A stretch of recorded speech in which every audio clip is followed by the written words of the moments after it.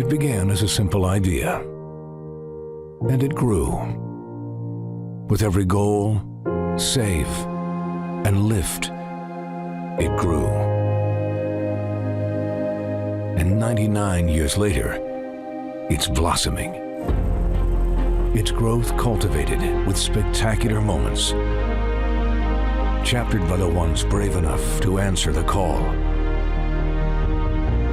by the ones who wanted it more than anyone else. The trophy is engraved with the names who had the heart and grit to conquer this journey. Before the tournament, we asked, how do you measure someone's will? How do you quantify hockey heart? You measure it here. At the MasterCard Memorial Cup Final. It began with 60, all seeking glory, but only one will find it. Led by a defensive titan, a team woven together, fighting for a franchise first. But beware, an opponent with momentum. Under a banner of blue that reverberates intimidation, a team playing in the heart of its city. This is where greatness began. And tonight, we witness where it continues. Tonight, it will be lifted for the 100th time.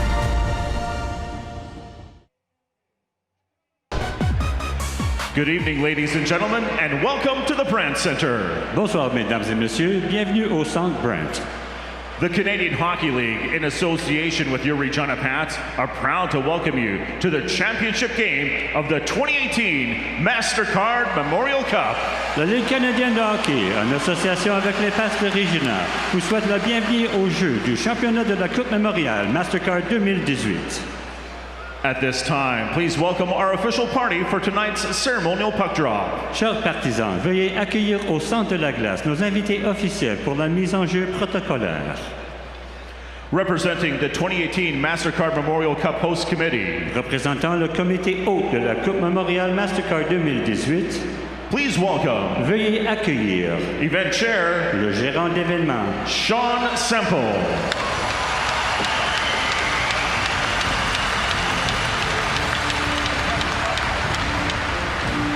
He spent 6 years in the Army with the Royal Canadian Engineers, serving 3 in Canada and 3 in Germany. He is currently the president of the Royal Canadian Legion Branch 001. Please welcome. Veuillez accueillir. Ken Eskdale.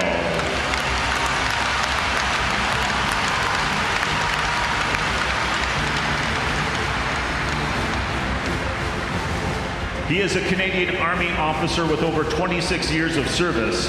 He has deployed across the world on numerous missions and has held many command positions representing the Canadian Armed Forces. Représentant les Forces armées canadiennes. Please welcome. Veuillez accueillir. The commander of 3 Canadian Division, Brigadier General Trevor Cadu.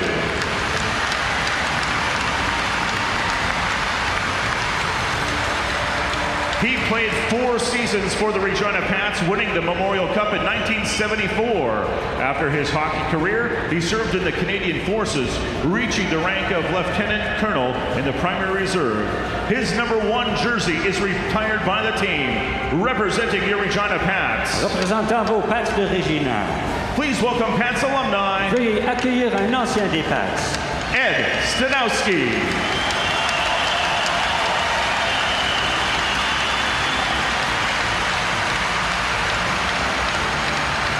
He sits 11th in all-time scoring in Regina Pats franchise history and 8th overall in assists.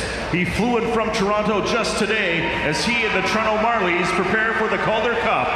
Also representing your Regina Pats. Représentant vos Pats de Regina. Please welcome Pats alumni. Veuillez accueillir un ancien des Pats. Pats former captain, Adam Brooks.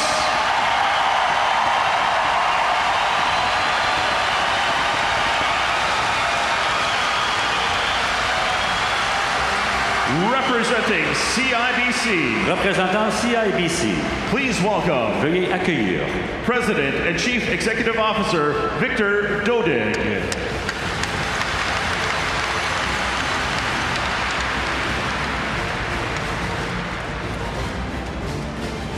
On April 6th, first responders from across Saskatchewan were called to the horrific scene of the Humboldt bus accident.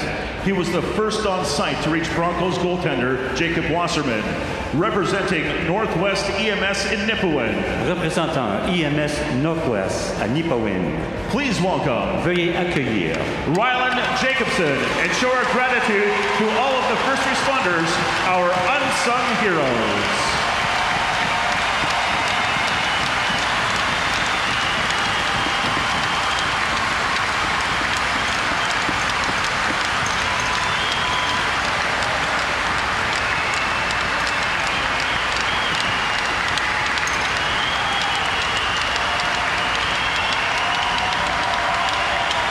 Would Sam Steele from the Regina Pats and Jeffrey Viel from the Acadie-Bathurst Teton please skate the center for a ceremonial puck draw. J'invite maintenant Sam Steele des Pats de Regina et Jeffrey Viel du Titan d'Acadie-Bathurst à s'approcher du centre pour la mise au jeu protocolaire.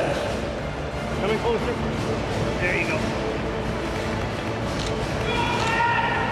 You ready? Hey guys.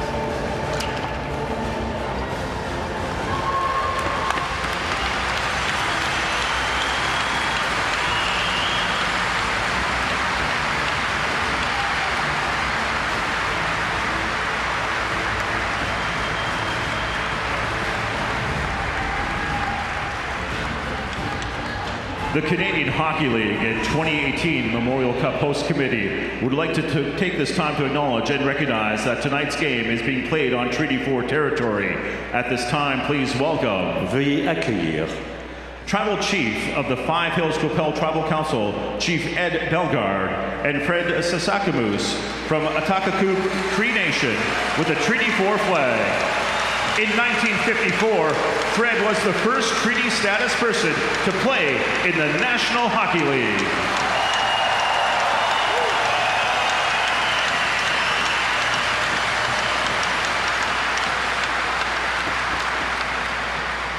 Will you now please rise if you are able to, remove your hats, and join Christian Blondeau alongside the Canadian Armed Forces flag party from the Princess Patricia's Canadian Light Infantry 2nd Battalion in the singing of our national anthem. Veuillez maintenant vous lever et retirer chapeau et casquette et vous joindre à Christiane Blondon ainsi que la garde-drapeau des Princess Patricia's Canadian Light Infantry 2nd Battalion pour l'interprétation de notre hymne national.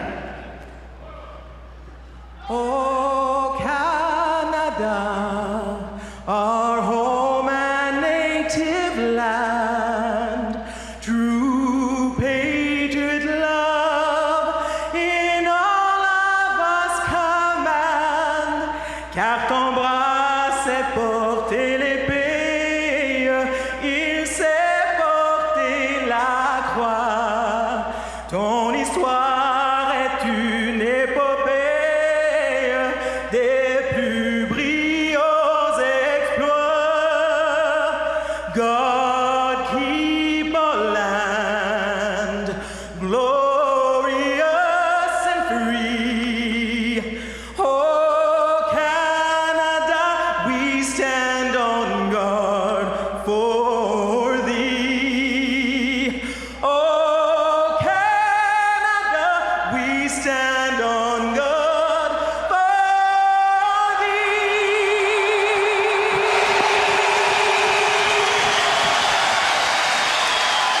The 100th MasterCard Memorial Cup will be handed out in Regina tonight.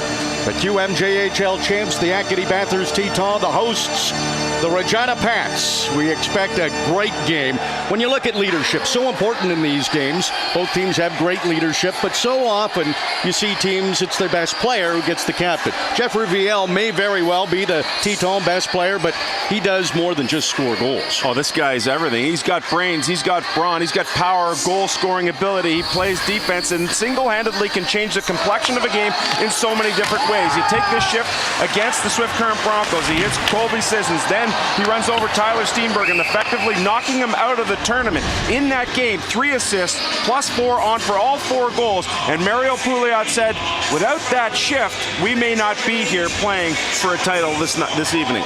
The Regina Pats worked on blocking shots on their time off, and they've been excellent at it this MasterCard Memorial Cup, and it seems to have frustrated teams. I guess that'll probably be a key for them again tonight. Well, no question, and that's not something that they paid a whole lot of attention to throughout the course of the regular season in that 7-game series against the Swift Current Broncos. But they learned from the Broncos, if you do that, collapse in front of your goaltender, help take care of them, get good sticks and lanes, that you're going to mitigate the good scoring opportunities. So especially in the 2 games against Hamilton, kept everything to the outside, and it worked extremely well. They'll try and do that again against the tough Acadie-Bathurst Teton in this game. It is the championship game, the MasterCard Memorial Cup. Goalies will play a key factor, and tonight's starting goalies are brought to you by CI Investments. The Regina Pats in their home rink are the visiting team, and Max Paddock, he has been fun to watch, he's been fun to talk to. He's a rookie, 17 years old, hadn't even played a Western Hockey League playoff game, and he said 1 year ago he was sitting on his couch watching the MasterCard Memorial Cup, hoping maybe he could back up for the Pats this year. Well, here he is as the starter. And Evan Fitzpatrick from St. John's, Newfoundland, a St. Louis draft pick. He was traded from Sherbrooke, and the Teton took the pressure off him. They told him to take his time, regain his confidence.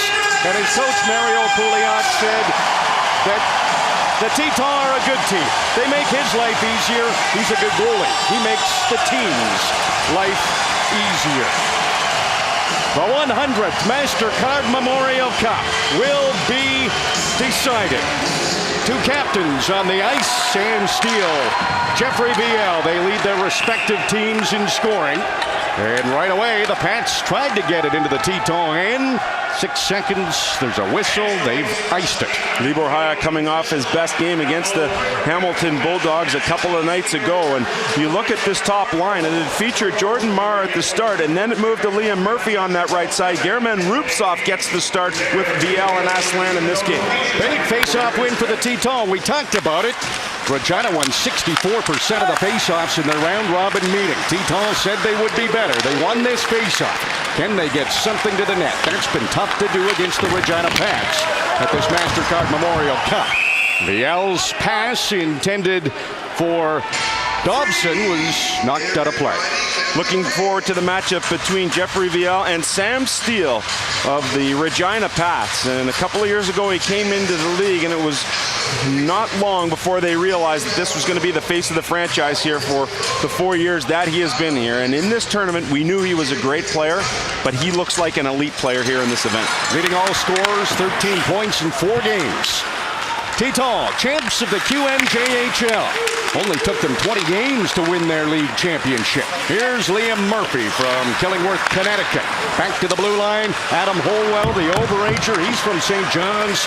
He tried to get a shot through. It did not get through. He'll backtrack. McHale, Evol. Ahead to Murphy, quick touch, and now it's on the stick of Josh Mahura. Top defenseman for the Pats. Bradley, long shot, first test for Fitzpatrick. He makes the save. Teton moved it to the boards, but the Pats are on it again. Emil Laaksonen, the import from Finland, wearing number 20. Tried to tuck it on the short side. Fitzpatrick didn't give him anything. Now Ethan Crossman, he's all by himself. Had a couple of goals against the Pats in the round robin, including the game winner. Jake Lecision couldn't reach it. Antoine Morin, he's number 88. He was the Teton leading scorer in the regular season, and now he's chasing after the puck in the corner. Big hit thrown by Mahovlich. Long shot in by Elijah Francis. That's no problem for the rookie, Max Paddock. Holmes skates to center. That's some tough ice to earn, and Morin skating well, coming in. Can't get around K.L. Fleury, who's been a tower of power on the blue line for the Pats. Absolutely a physical beast, hitting everything that moves and hitting it hard as well. Let's take you back to the Regina Pats. Matt Bradley is a former pick of the Montreal Canadiens, and here it's Bradley who goes up the middle of the ice, a good wrist shot, and from everything we're hearing that an AHL contract may soon be in the offing, and it's Fitzpatrick who has a little trouble handling that shot off the chest. It was a good year for Matt Bradley. Healthy year. Played in all 72 games. every playoff game. And here at the MasterCard Memorial Cup, 5 games for the Pats. They've only lost one. That one game they lost was to the T-Tall a week ago Sunday. Exactly 1 week ago, and it was a crazy game. 7-2 lead for the T-Tall in the third period. Pats came back to make it close. Pats trying to get the offense going. Jake Lecition, number 19 for Regina. He's a Vegas Golden Knights pick and the son of one-time NHLer Curtis Lecition. Crossman. Pass to Murphy. That got past him, and Josh Mahura.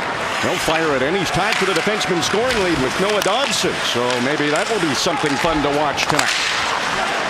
Pats, they couldn't get anything down to the net. Team stingy defensively. Little different than their 14-goal game in the round robin. Crossman had a stride on the right wing side. Better be careful. Fleury's coming in, and the Carlisle, Saskatchewan native has been crunching the opposition. Dobson, long shot. That hits Crossman. Tried to spin and shoot. Rubtsov following up.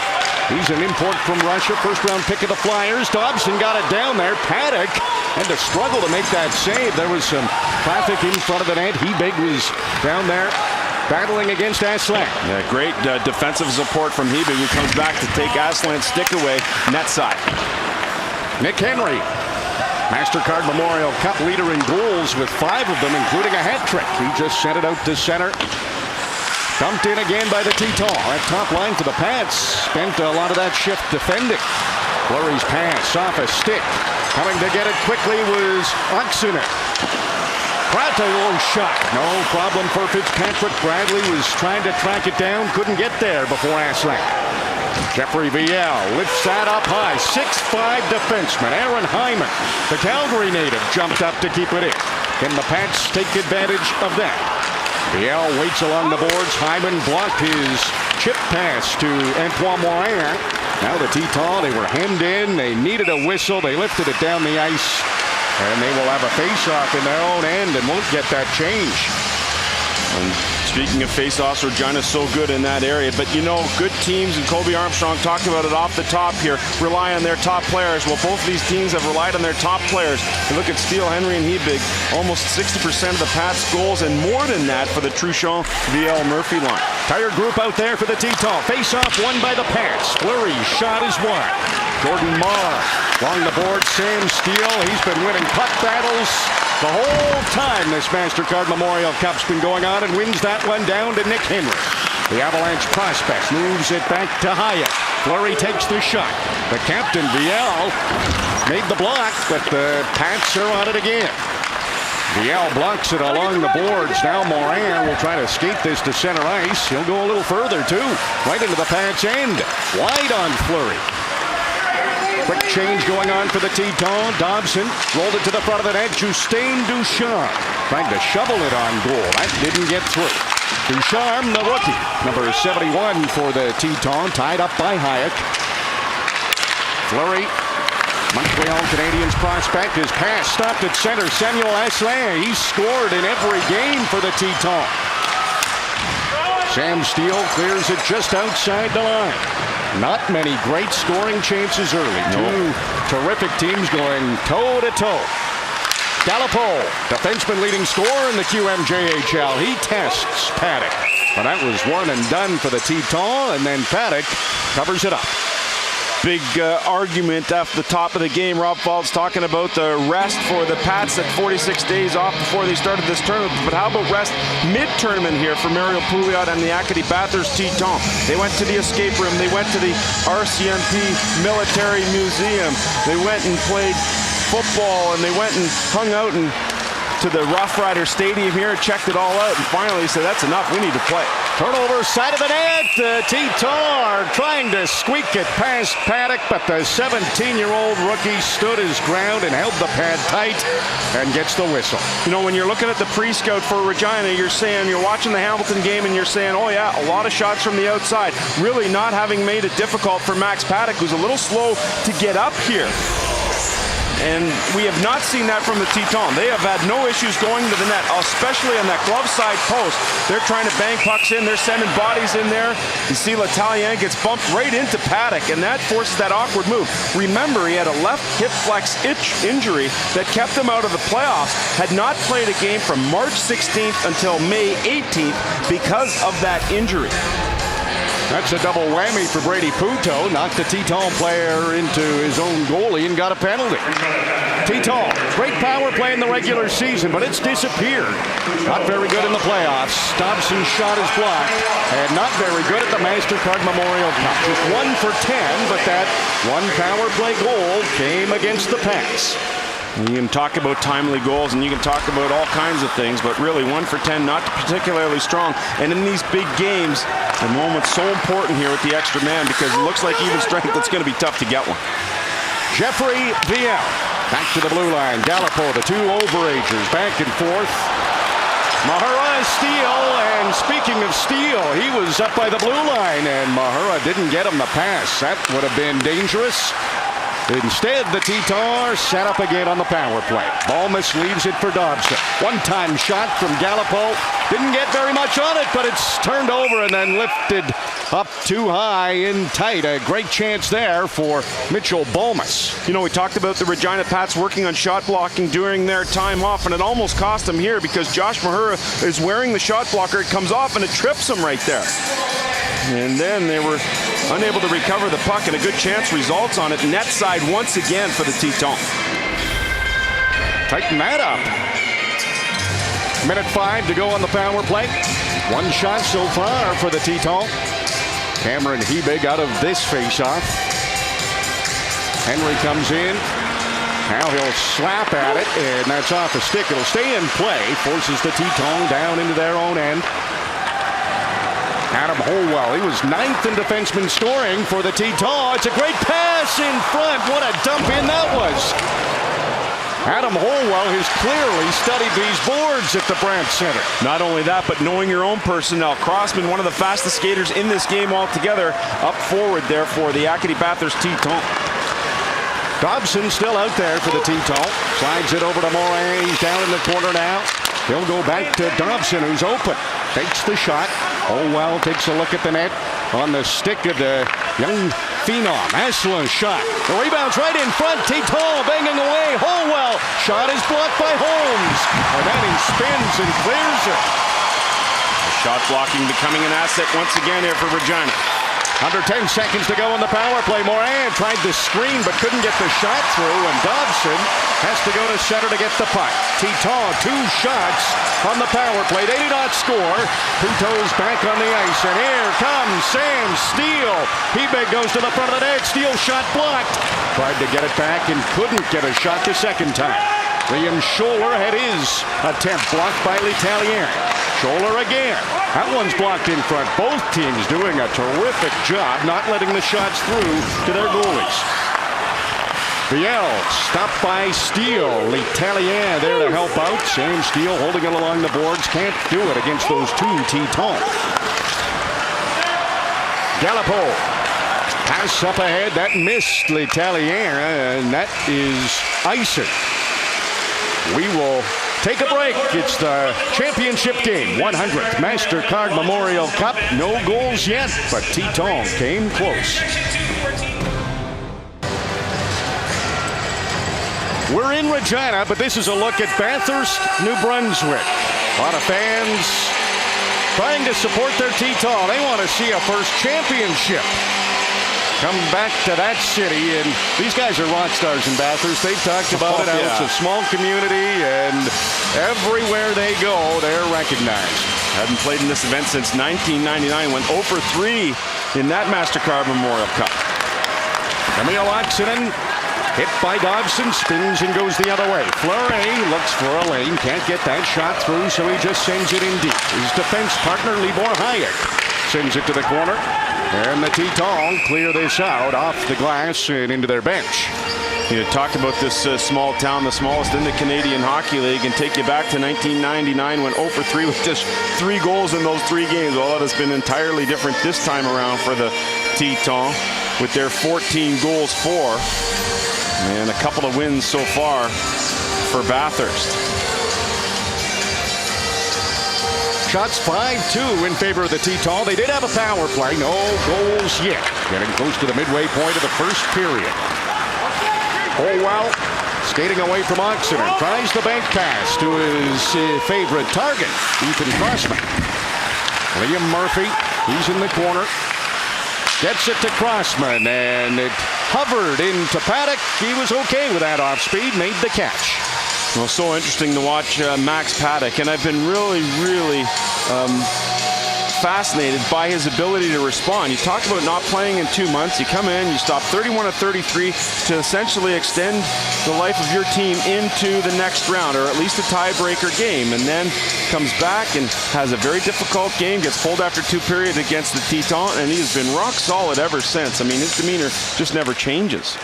Teton much better in the face-off circle so far in this game than they were in the round robin. Marr passes to Balmas. And Balmas, who had 42 goals in the regular season to lead the Teton, can't beat Max Paddock. No question, Balmas was one of the targets of Mario Pouliot at practice to come over and have him in his office and have that conversation. Off the clean win draw, excellent opportunity to move this puck down, spin off, and get a good shot on goal. Another face-off win for the Teton. They're chasing after it. Brady Puto from Oak Bluff, Manitoba. He's got Marr on his back. 3 Pats all waiting there, hoping that puck comes loose. Mahura digs at it. Lecision holding his man against the boards, and it's the dangerous Josh Mahura who comes out with it. He will join the Pats on this rush. Dumped in, so he backs off. End of a shift for Mahura. Bryce Platt, number 26, had a big goal at this MasterCard Memorial Cup. He's from Regina. Aaron Hyman. Right to center ice. This is Keenan McIsaac going back, and he takes a look. Nick Henry's on the ice. Always have to be careful when he's out there. Rupzoff banks it ahead. Aslan to Jeffrey Viel. Back to Rupzoff. Right in there. Oh, it's off the post and out. What a chance that was for German Rupzoff. Wow, and the rocket of a shot from the Philadelphia first rounder. Viel has great vision here because as this puck goes up ice, Viel is able to spin around and know exactly where Rupzoff is. A simple chip off the boards. You see he's got his back to the play, but he knows Rupzoff's there, and he unleashes a cannon that can only draw a bar. Pats can breathe a sigh of relief for a moment. Dobson one-hops it in. Viel got a lot on that rolling puck. Rupzoff behind the net. Fleury tries to move it, and Viel and Fleury. You know that Viel did his homework. Deflected. That was Viel who got a stick on it. He pokes it loose. He's done pretty much everything on this shift. Dobson can't hold it in, though. That's what we've seen from the captain of the Acadie-Bathurst Teton. He was a playmaker. He had a good shot, got a nice little tip, and threw a hit against Cale Fleury. He's just been crushing opponents. Aslan moves it back to the blue line. Gallipo calmly kept it in for a moment, but now Matt Bradley. He's from Surrey, BC. Overager chasing after it. Bryce Platt around to Bradley, who centers it. Liam Murphy into the skates. First-year defenseman Mikhail Yvon. The Slovakian defenseman tried to bring it in, but the Teton are offside. Jeffrey Viel had some chances, but nobody's been able to score yet. Behind the Acadie-Bathurst bench with Mario Pouliot. Coach, you mentioned to us you wanted to develop momentum. Are you seeing that from your team? Really happy the way we are playing. We are using our speed. Every time we have a chance, we are playing north. We put a lot of pressure on them. We have good time in their end, so we just want to keep going to play on that way. You know they were going to be physical. Are you trying to respond to that physical play? We have to be strong at one-on-one. Doesn't matter. Thank you very much. Thank you. Mario Pouliot's done a great job with this group. Starts with that guy, Jeffrey Viel, whom he's had for 4 years on his team.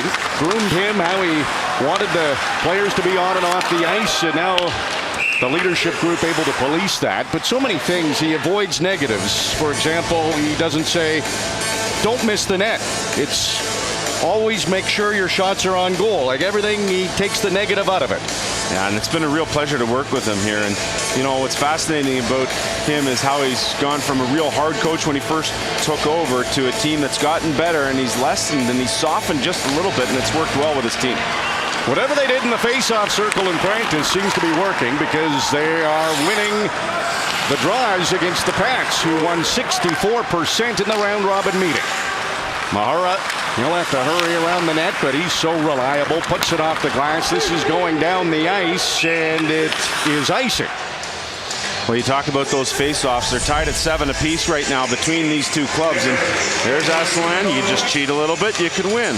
And L'Italiana was good in the regular season, one of the best in the Quebec Major Junior Hockey League. Good there. This one sets up a golden opportunity. Morin chipping in with a good win to the strong side as well. And it makes such a difference, especially when you have the last change. That if you can win draws, you can really get some matchups that you like.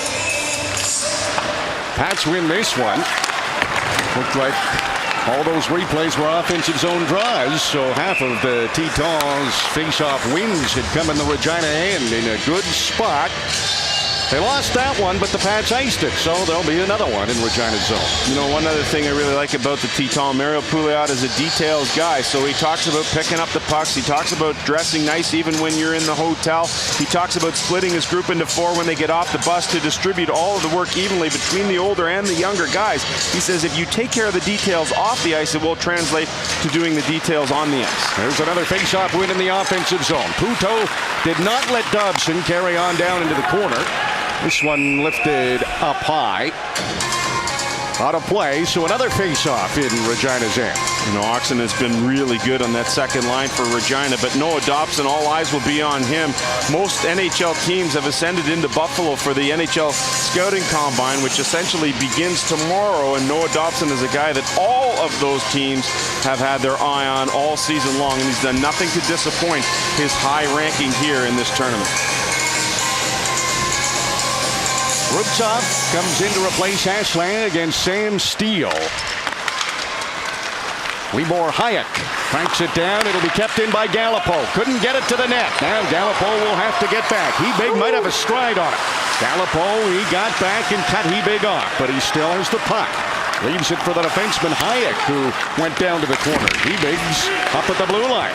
Henry's shot didn't get through, and it came outside the line. Henry lets it go.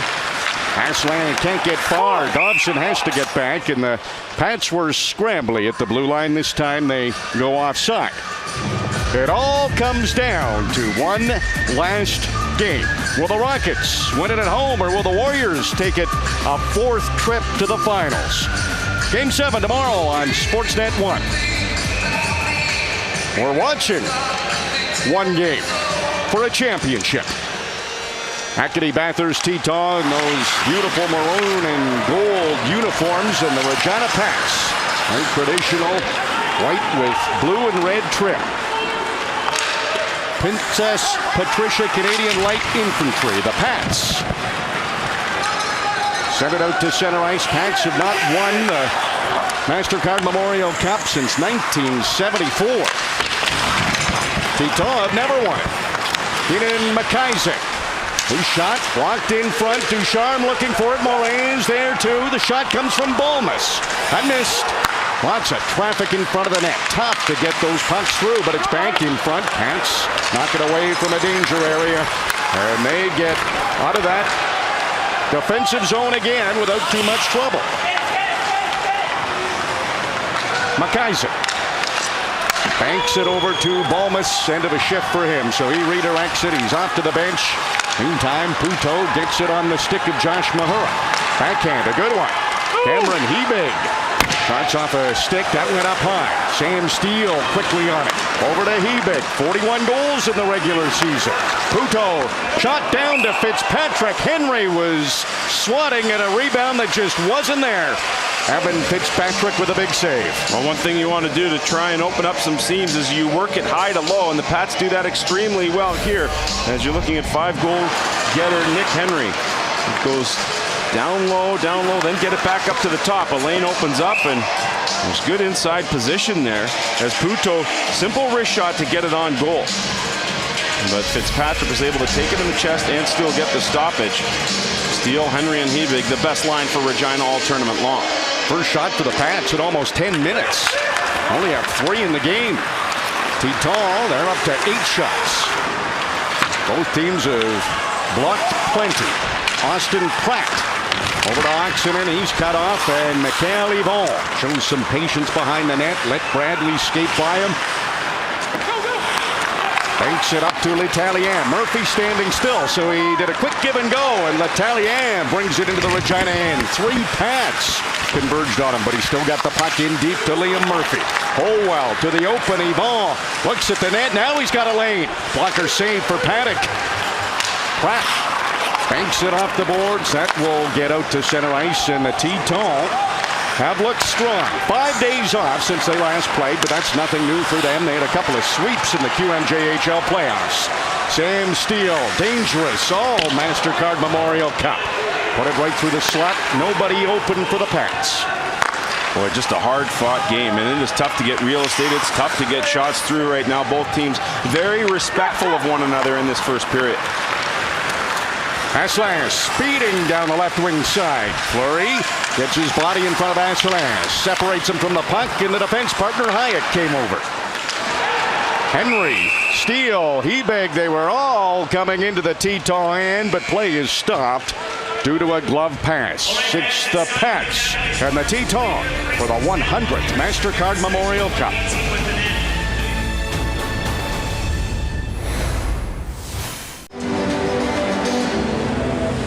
Pats head coach John Paddock has been coaching for 35 years. He first stepped behind the bench during the 83-84 season when he was with the Maine Mariners of the American Hockey League. 6 weeks into the season, Tom McVie, who was the head coach, was called up by the parent club New Jersey. They called John Paddock into the office and said, "John, we need you to coach the team."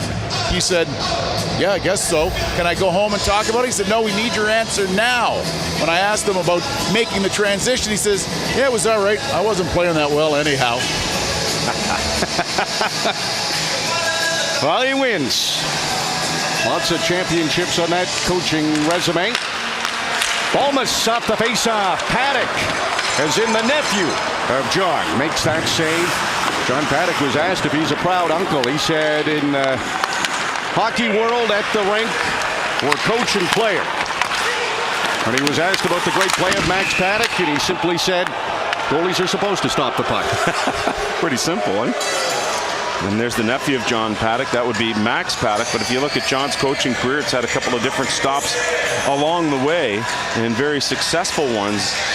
Here with his 165 wins, essentially changing the franchise since his arrival here in Regina in the American League. 479 wins, and some time with Ottawa and Winnipeg in the NHL. 142 wins there. He's coached all over. Pats at center. That's Liam Scholler. Wraps it into the Teton end. Tough to get anything to the net. Maybe Austin Pratt can do it. Knocked down by Yvon. Crossman lifted up high. Yvon gets the rest of the job done. L'Italien chops it over to Murphy, and once again, there's a hand pass.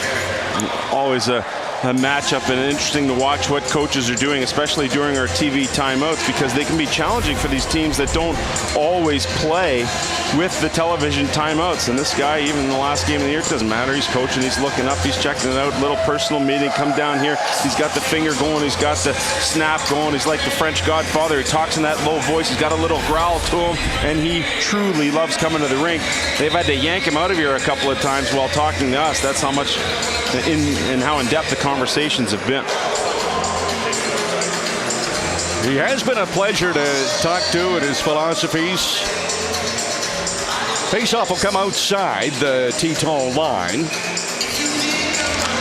This is the matchup. Of course, Mario Pouliot has the last change, so he wants Asselin, Viel, Rupchop up against Sam Steele, Cameron Hebig, Nick Henry. Libor Hyatt, acquired from the Saskatoon Blades. A month later, his NHL rights traded from Tampa to the New York Rangers. So a couple of trades in his young career. Hebig, right wing side, that's it on Fitzpatrick. It fell down in front of him, and he was quick enough to get to it before the Pats could. You know, the shots going Evan Fitzpatrick's way have been very intermittent, and he hasn't been quite as sharp. We've seen a couple of them very similar to this by Regina, where they get it up into his shoulders and he can't quite control the rebound. Now, he does pounce on it to get the stoppage, but it is pretty clear what they want to do. Try and get it up into his chest, create some rebounds there, and hope that there's some trash hanging around in the blue paint area. Offensive zone face-off for the Pats. Looked like they had won it, but the wingers for the T-Tall jumped into the face-off circle and made sure it was in possession of Acadie-Bathurst. Holmes hit at the blue line. Up ahead to Bryce Platt. He wants to dump it in and have Lecision. Great skater, he comes in right on Yvon. Holwell picks up the loose puck. Puto, slap shot. That's off the glass. Here come the T-Tall. There's three of them in over the line. A 3-on-2. Moran drops it back for Balmas. Didn't get a shot. Pass was in his skates and he couldn't get it to the stick quick enough. Adam Holwell, low shot and scores. The overage defenseman puts the T-Tall ahead.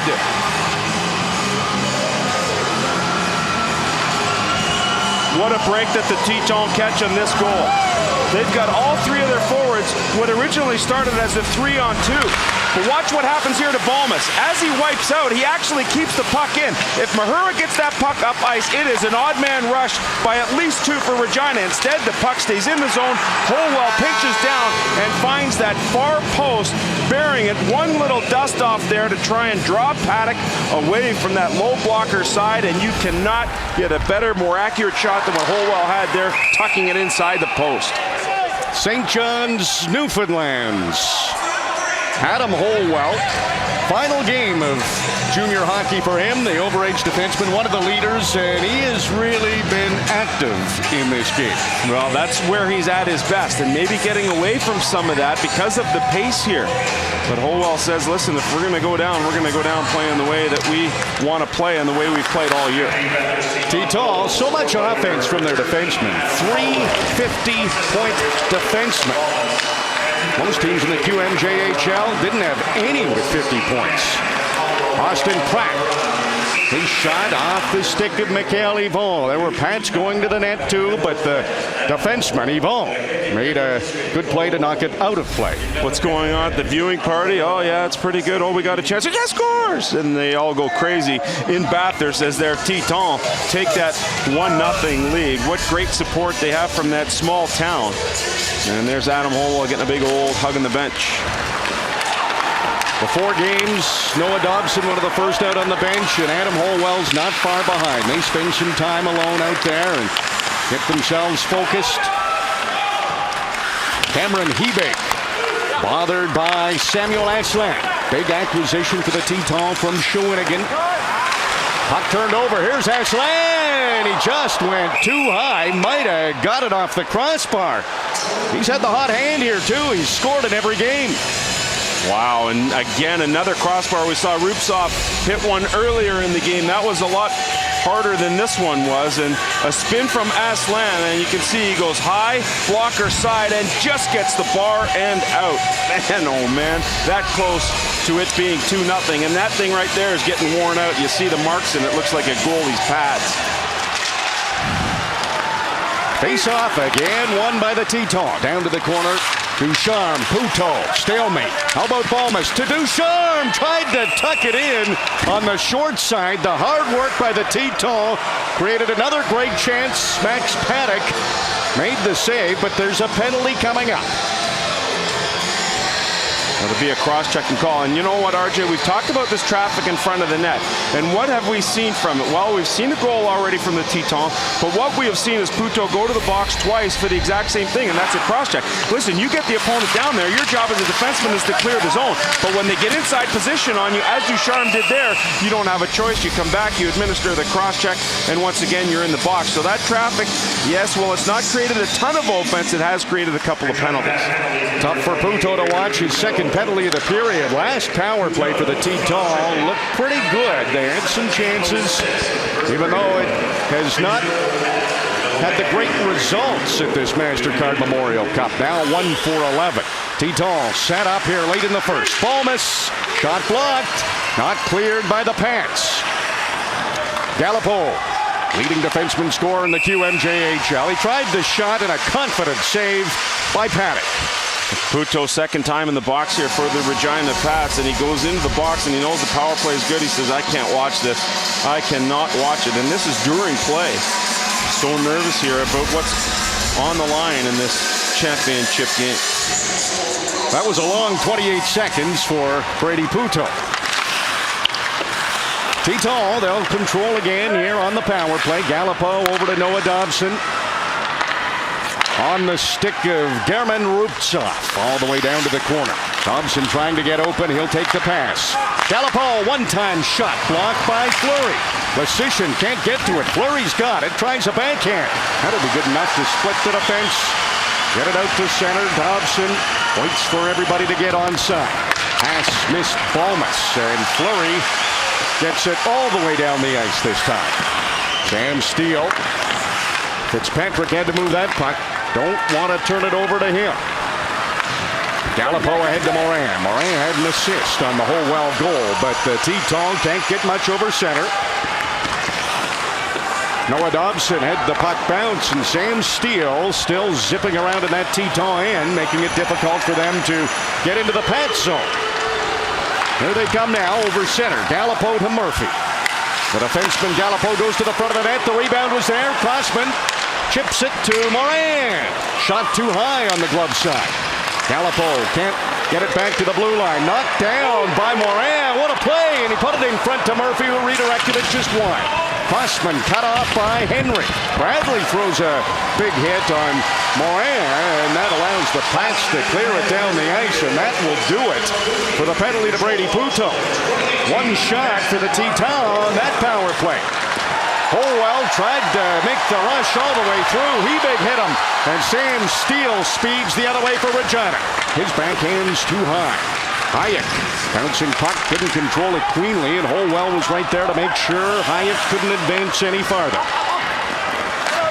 Final 30 seconds of the first period. Championship game. Sam Steele got it to the front of the net. Hebig trying to steal it. Yvonne took too much time. Here comes Hebig. His shot stopped by Fitzpatrick. And just as the whistle went, the puck trickled loose. Wow, the fans don't like that it was such a quick whistle, and we've seen this from Fitzpatrick all game long. Shots that are getting up into his chest. He's having trouble getting it cleanly. We'll have a listen here as he makes the save, and then the whistle comes shortly thereafter. And then the drop net side right down by his glove there, and a little tap in the rear end for his defenseman saying, hey, thanks for helping me out. Pats, 18.7 seconds left. Big face-off if they want to even this up before the end of the period. Lesician against Staslan. And Lesician is out of the face-off circle, so the crowd not happy again. Bradley, Aslan gets it down to the corner. Rubtsov chips this down into the Regina end. The puck bouncing, going slow. Mahura has to go in. Viel's right on his heels. Puck turned over. Teton. They won't get a shot, and then it's moved to center by Lesician. And Dobson gets it on his stick, and that will do it for the period.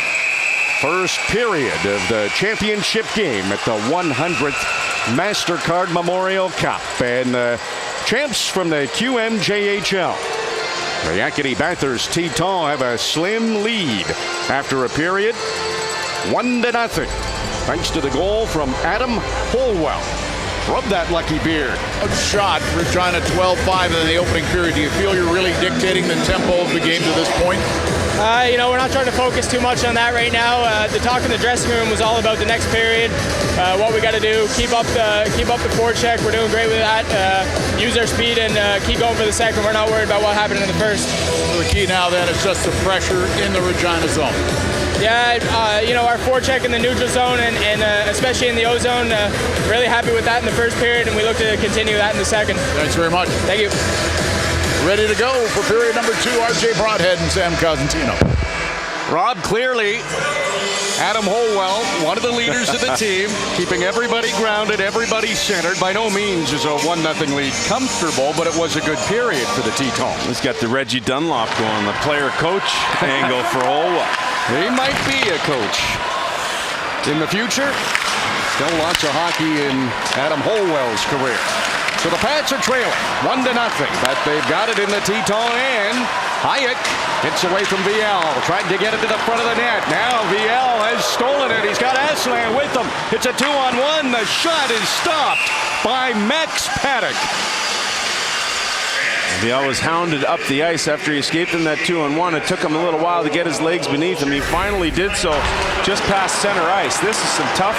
Look at Fleury. Hacks him once, then he goes wide to keep his line mate onside. And it was Aslan who was skating down. You can tell what VL was trying to do here. He was trying to go low pad. He didn't get it quite low enough, and Paddock was able to get that good glove on it. Also making sure they got something out of the 2-on-1. Got it on net. The rookie goalie made a good save. That puck is loose in the Pats end, so Brady Puto cleared that. Now McIsaac has to be careful. The speedy Robbie Holmes from Sherwood Park right on him. No problem for McIsaac. Got the puck out. The Pats have it back. And here's Josh Mahura. Holmes cut off by McIsaac. Pats swat at it. Lecision couldn't get it back inside the Teton end. Paddock leaves it for Pluto. He won't have much time to work. Balmas was right on him. Josh Mahura taking his time, waiting for someone to open up. Mahavlich at the end of the shift did. Just rolls it into the Teton end, and now Acadie-Bathurst. They're shifting to offense. Crossman rolls it in. Didn't realize everybody else was on a change, so there was no forecheck from the Teton. Bradley rolls it down for Pratt. McIsaac still out there for the Teton. Pratt pinned up against the boards. Bradley thought he was going to walk away out of the corner with the puck. McIsaac took it back, and here's the speedy Crossman from Sackville, New Brunswick. He bumps hard with shoulder. Puck centered, but it's off the skate of Matt Bradley, and the veteran player for the Pats up ahead to Oxinen. Yvon, import from Slovakia. Oxinen, import from Finland. Adam Holwell spins away from Pratt. That's a smart play. Got him some time, and Crossman up to center.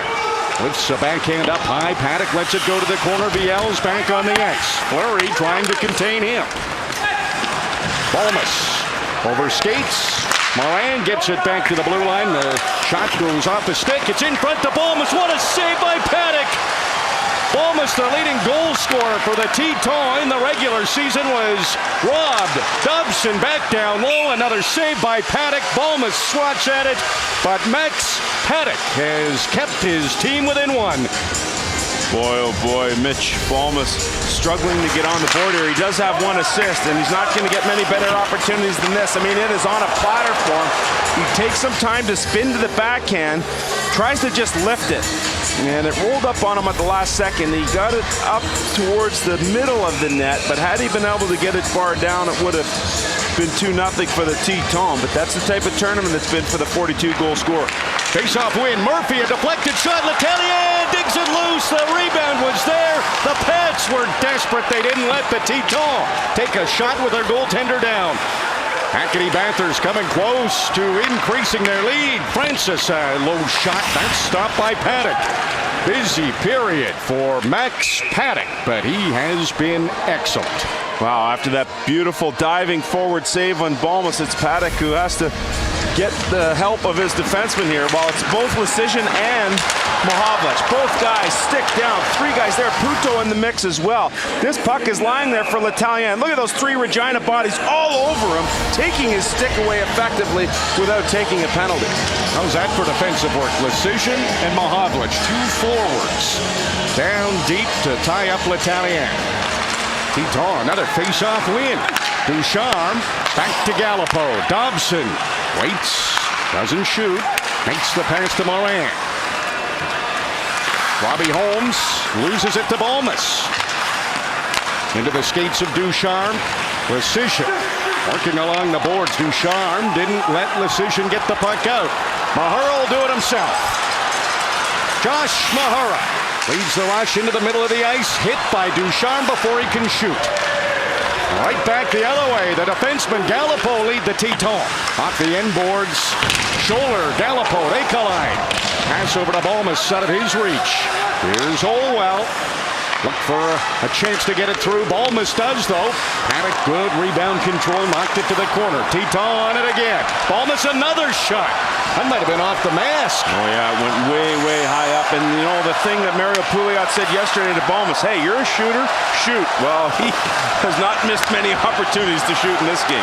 Best chances he's had at this MasterCard Memorial Cup. Teton coming in waves. Viel pass across to Rubtsov. The Pats break it up. Now they've got their big line out there. Cameron Hebig chasing after it. Adam Holwell takes a look. He knows he's out on the ice for the Pats. Here's Dobson. Such a good skater right up the middle. The pass goes to Viel. Shot didn't get through. That one didn't get through either from Morin. It's knocked out of play. Really good sticks there by the Regina Pats defensively to knock a couple of pucks away from Max Paddock. But Paddock has had to be sharp so far in this second period. He has been pelted, and here's another one. A bullet by Balmas off of that right shoulder, just missing.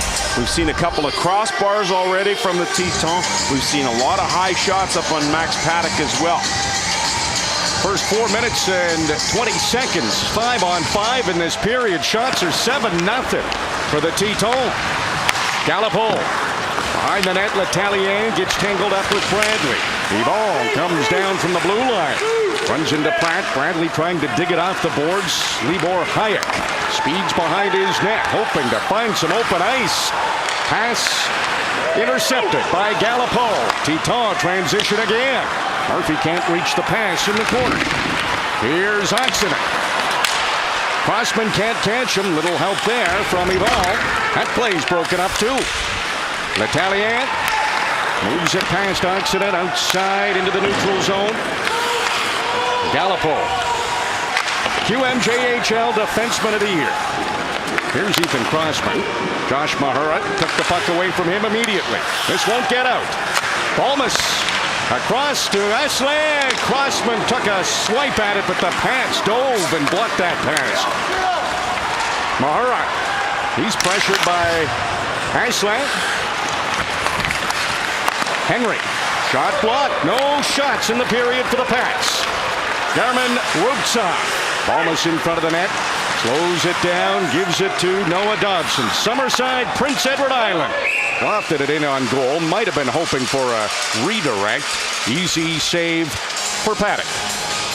25 years ago, they brought Stanley home. Sportsnet presents 24 Together, an oral history of Montreal's 1993 championship. It's tomorrow. Get inside the story by downloading the podcast and checking out The Big Read on sportsnet.ca. What a start here to this period for the Teton. They have been absolutely relentless, coming in waves, line after line, pelting Max Paddock. Shots are 20-5 in the game. No shots in the period for the Pats. They have been outshot 8-0 in the second period. If you look at shot totals going back to the semifinal game against Hamilton, I mean, it was a situation where Hamilton had 46 shots. And Max Paddock played extremely well. Now, they were happy that a lot of those shots came from the outside.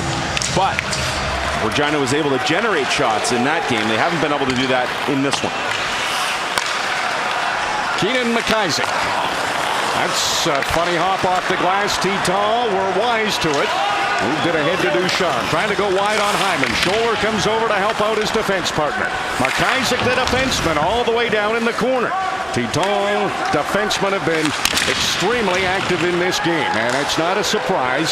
A lot of their offense comes from their defense. Antoine Morin works in front of the net, cross ice on the stick of Francis. That came close. Morin, he circles around again. That's to Rubtsov right in. Big save for Max Paddock. Wow. Morin, dangerous shift for him. Drops it off to Marr. In the corner, Francis. It got deflected and trickled to Max Paddock, and he squeezed the pads before it could sneak in the net. We're going to take a break. Max Paddock definitely needs one. The Teton all over over the Pats, but they only lead 1-0.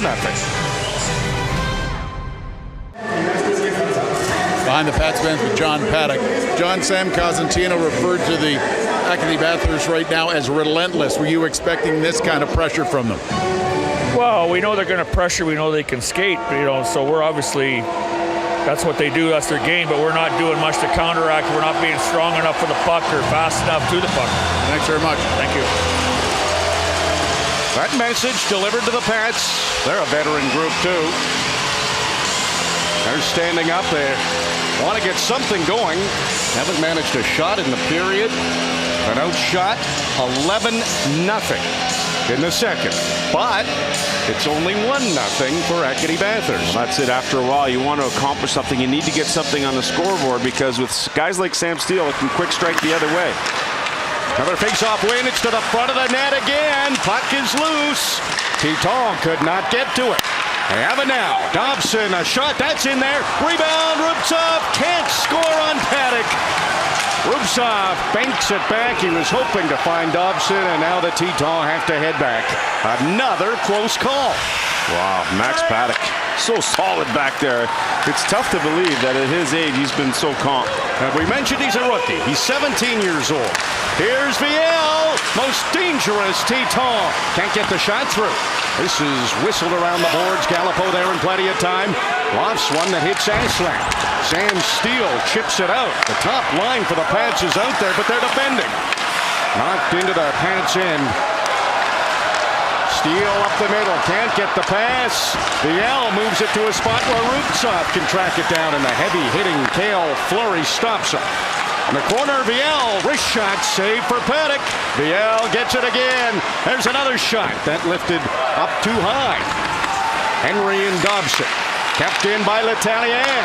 In the middle, Murphy, that shot is blocked. L'Italien throws it to the corner. Rubtsov's been out there for a while, leaves it for Murphy. Sidesteps the hit from Fleury, who's fallen down. This group of Pats is haggard. They're exhausted. And it's the top line that has spent this entire shift defending. Gallipo keeps it in.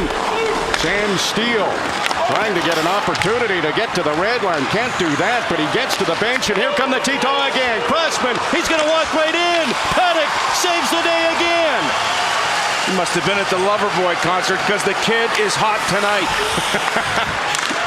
Teton, here they are. One more time. Is this the time? Dobson pass to Crossman. Max Paddock, sensational save. Wow. Every Pats player on the ice, if they weren't so tired, should have gone and tapped the pads of Max Paddock. He has been simply brilliant in this game and is keeping it a game right now. This relentless attack continues from the Teton. Crossman in alone. He can't slip it through the 5-hole. Paddock there, yeah, no problem. And then, like a bad house guest, the defenseman from the Teton, they simply won't leave. They keep pinching it. They get it in there. Paddock once again with another big stop and goal for Regina. Pats still don't have a shot in the period. Wow, I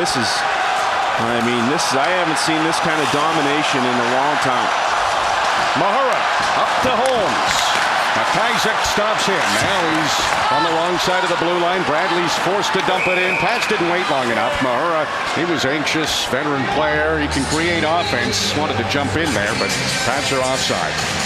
Wow, Evan Fitzpatrick, he's just been chilling back there. I mean, with 6 minutes left before the Teton had to come back out on the ice, he's there, he's visualizing, he's checking it out, he's just hanging out all by himself. Yeah, he's tapping the gloves, he's bending over, and now he's come out in here for 8:59, pretty much doing the same thing. Almost 50 minutes. That's time of day, not hockey time, since Evan Fitzpatrick has faced a shot. Pats are only down by one. Only takes one shot to tie this game.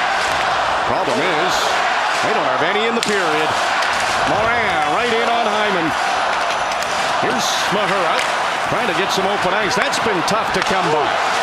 Platt rolls it into the Teton. The crowd here at the Brandt Center in Regina are cheering Go Pats Go. They want to spark their team, get them going here. They don't want them to fall any further behind. Well, I have to give him a lot of credit for being energetic and being engaged, and a lot of that falls on Max Patrick. Meanwhile, his counterpart, Evan Fitzpatrick, his last save, you got to roll back the clock well into that first period. That was a shoulder stop, and that was the one where the fans got upset because the whistle they thought was blown a little too early. Offensive zone, Steele's line with Henry, and Hebig comes out. Steele wins the faceoff. Henry chips it back to Hayek. Doesn't shoot at the net. There might have been a lane, too. Viel up to Balmas. Aslan. He's there as well. And Hebig comes up with it for the Pats. Gets it on the stick of the captain. That's Sam Steele. Hebig goes to the front of the net. Puck comes over to the near side. Hayek had to come down from the blue line to try to keep things going for the Pats. They've got to get something to the net. Henry can't handle the bouncing puck. It comes outside the line. Sent in by the Pats. Steele closing on Dobson. Noah Dobson trying to use that great speed and long reach, and Steele was right with him, so he reversed it to Gallipo, who makes a great pass. Heslin makes a great move. Sidestep the hit. Rubtsov. His shot blocked by Scholler. Gallipo at the blue line. That's a low one. Gets to the front of the net. Eslan. Rolling puck just could not control it, and it's knocked out of play. Titon. They were trying to get a penalty called. No penalty coming. Max Paddock has stolen the show tonight. Pats won the opening game in those. They beat the Hamilton Bulldogs. Close one there. A lot of close games at this 100th MasterCard Memorial Cup. There's Evan Fitzpatrick. Gets a quick touch. Long shot, Fitzpatrick the save, and the crowd cheers. Took them over half a period, almost 11 minutes to get a shot on goal, but there's another one. And Fitzpatrick, a quick flinch, but it's another save for the Teton goaltender. Well, John Paddock was some kind of fired up at the commercial break. He was up and down that bench. He had the head bobbing and weaving, and I think he gave it to his guys and said, enough's enough already. And it's two shots that cause all kinds of havoc here for Evan Fitzpatrick, and the second being the most dangerous with Fleury simply getting it through. Steele creating a little traffic. Gallipo trying to box him out, but Fitzpatrick a little more sure of himself and getting the stoppage there. Shots in the period now 17-2. No goals in the second, Teton. That one goal in the first period, it came from Adam Holwell, the defenseman. Balmas chips it past Mahura. He's tracked down by Moran. Balmas will bring it into the Pats in. Shots off a leg. Balmas gets it off the boards. Open at the blue line, Zibon. That shot is blocked by Platt. Zibon gets it again. Jordan Marr into the corner. Balmas. That's to the side of the net. Max Paddock, confidence in his defense to get it out of there. He was hugging the post on that short side. Ribon up to center. Ducharme couldn't receive the pass, and the Tetons have iced it.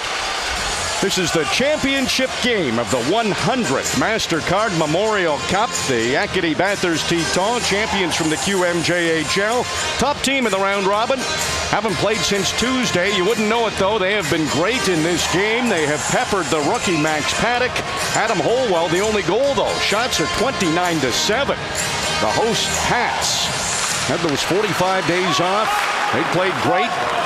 3-1. The only game they lost in the round robin was to these Tetons. Pats seem to be coming on now in the period. There's another shot. Henry stopped by Fitzpatrick.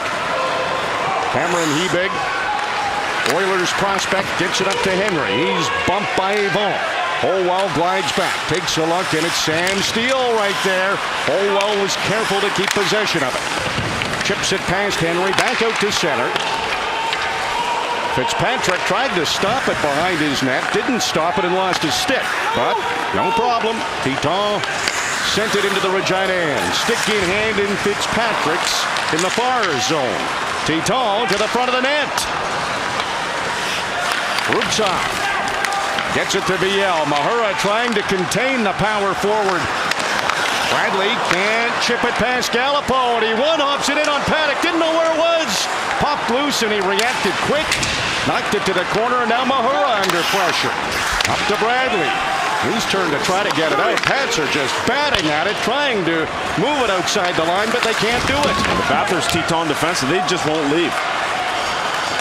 This is lifted up over Noah Dobson, but all the Pats could do. A long change in the second period. There were all kinds of white sweaters darting to the bench to get a breather. Platt came in on the forecheck. Lecision speeds in. He's knocked down behind the goal. Plenty of support there for the Teton. Holmes trying to power it to the front of the net. Teton keeping the Pats to the outside. Dobson. Platt's in there. Holmes is in there. Crowd getting loud at the Brandt Center. Hayek, front of the net. Teton defend well again. Foot race for the puck. Crossman's had a few chances. 2-on-1 developing across. What a save by Paddock. Another great chance. And he stuffed the L. Pats come the other way. Lecision a shot. That's off a stick and went wide. Max Paddock. Oh, what a story. He's been unbelievable. 17-year-old rookie. He's been peppered in the period. Shots are 30-8. 18-3 in the period. 3 Pats over the line. It's their top line. Pass came to the front of the net. Great defensive play by Holwell. Sends it up to Murphy. He takes a look around. He's by himself. Decides to dump it in. Ended a shift for him. Hebig. Did he get a touch? He did. So it's not icing. Mikael Yvon trying to hurry to get away from Hebig. He's upended. Puck turned over. Steele's alone in front. Sam Steele can't shoot. Hesland came back. Little help from Yvon too. And the most dangerous Pat was alone in front for a moment but couldn't get it on goal. Wow, good back pressure there. Sam Steele thought he was all alone, and Hesland came back. Didn't even let him get it on goal.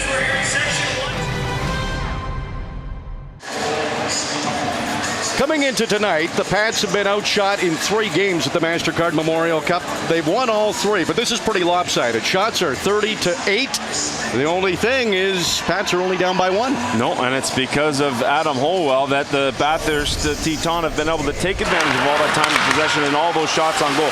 Really good delay by Holwell right here. Pulls Max Paddock a little too far to the glove side. Once the puck gets to him, and that little tiny delay right there opens up the lane for Holwell to get it through and score the game's only goal.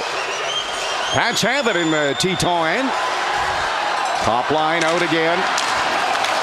Hebig and Ashland. The whistle went. Crowd's loud, and it was Hebig on that faceoff. Didn't appear to have any interest in winning the faceoff. No, and very lucky he didn't take a slashing call there. Samuel Ashland is a good player. We saw that great defensive play. He's scored in every game, and he can get under the top player's skin. Throw it, face-off win. Mahura, slap shot. Missed the net. Steele tried to center it. He steals the puck. Here's Henry. Low shot. That's wide. How about Hayek? He tries a shot. That's on goal. The save. The rebound. Steele. Now it's Mahura's turn. Crowd senses something here. Mahura to Hayek. That's too high. And it'll come outside the line, and Mahura has to chase it down in his own end. Pass out of the reach of Hayek. Henry going back. He's not going to beat the swift Noah Dobson, so it is icing. So Hebig takes the original draw, and no interest in it, whacks Aslan's stick out of the way, and then I think Aslan tried to do the same thing to Steele, although he missed completely, and that allowed the Pats to get a couple of really good shots the way of Evan Fitzpatrick. Steele loses it there in the backhand. Hebig gets pushed and falls right on top of Evan Fitzpatrick thereafter. And the Pats just trying to generate something, anything, traffic, get in the way of Fitzpatrick, because doing that has been oh so difficult this game. A push there from the Pats. Top line still out there after the icing. Teton, scrum draw, they bat at it. Hayek to an open spot, that'll get to center. Gallipo, who turned 21 on Tuesday. McHenry chips at it. Dobson came in to try to keep it in. Samuel L'Italien's back there trying to deal with Steele, and Steele wanted to go up against the forward. Couldn't get the shot on goal, though.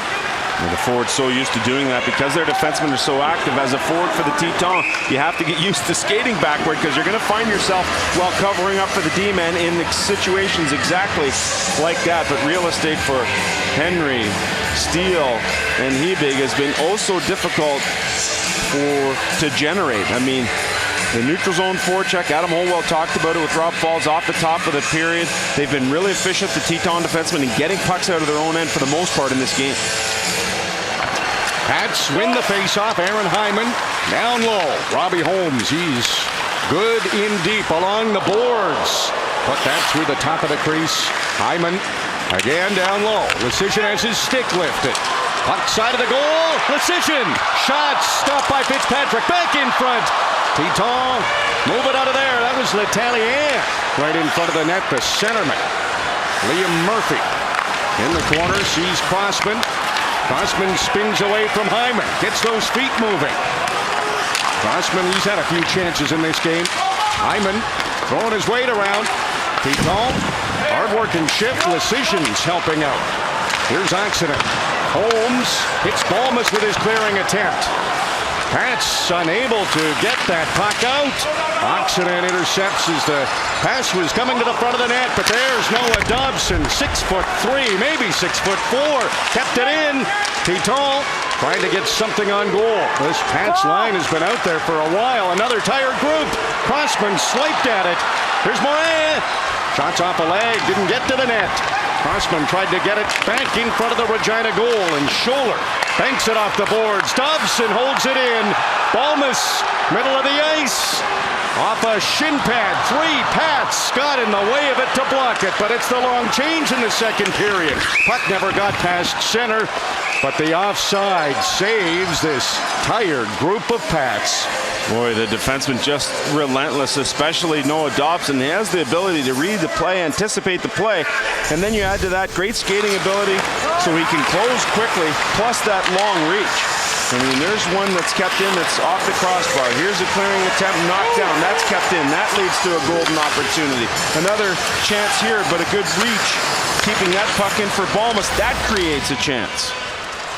Right off the face-off, Biel deking his way in, rolls it to Paddock as he was hauled down, and Max Paddock knocked that away from the front of his net. In the skates of Mahura, it's not out. Here's the Teton. Biel pokes at it. Rubtsov reaches for it. Mahura able to get it ahead to Steele. Bradley goes to the front of the net. Steele tries to go cross ice, and Biel was back to intercept. Haslan goes wide on Mahura. Right, a sharp angle, short side chance. Couldn't get the right angle. It's a 2-on-1. Steele has Legion. Legion off the post. Off the post and out. Legion had over 20 goals this year for the Pats. That was close to a tie game. Now Gallipo. He tests Paddock one more time. Blocker save for Max Paddock. Gallipo, top of the circle. There's another blocker save. Crossman, that slap shot is blocked by Bradley. Holwell tries his luck. Blocked by Bradley. Here's Holwell again. Top of the circle. Gets that through, and Paddock makes the save and covers the puck. Wow. Biel gets caught in a neutral zone pinch here. He throws himself out of the play, and as he goes down, that leads to the 2-on-1. Gallipo plays the middle. Steele gets it over to Legion, and Legion goes off the blocker side post. That close from tying the game. Legion had 20 points in his first 14 games with Coody before being acquired in a trade to add that secondary scoring for the Regina Pats, and was this close to doing it there. Face-off win for the Teton. Here's Holwell. Low shot to the front of the net. The pass broken up by the Pats. Henry, he's out there with Lecision. Fleury at the opposite end of a hit. Murphy threw that hit, but Fleury tries a shot. Comes to the front of the Teton net. Lecision cracks it down in the corner, and L'Italien came in to take it away. And now Holwell, the only goal scorer in this game. Banks it up to Crossman. Tried to get it back to Holwell, but he had to back off. Steele behind the defense. That shot, he was looking blocker side. That might have hit the post too. Sam Steele's been double shifted by John Paddock. Dobson, the defenseman, tried to deke his way around Josh Mahura. Tough to do, but with that long reach, he came close. Aslan leaves it for Dobson. Into the final minute of the second period, a period that's been dominated by the Tetons, but they've been unable to score. They only lead by one. Galipo, deflected shot. It went wide. Mahura ties his man up. And the Tetons touch it, and the whistle goes due to a high stick. Just a reminder, the CHL Team of the Century will be announced in this second intermission. Oh, Sam Steele now, as you mentioned, getting double shifted. You really have to shorten your bench here, and he gets an opportunity, looks up on the 2-and-1, keeps it, and gets crossbar.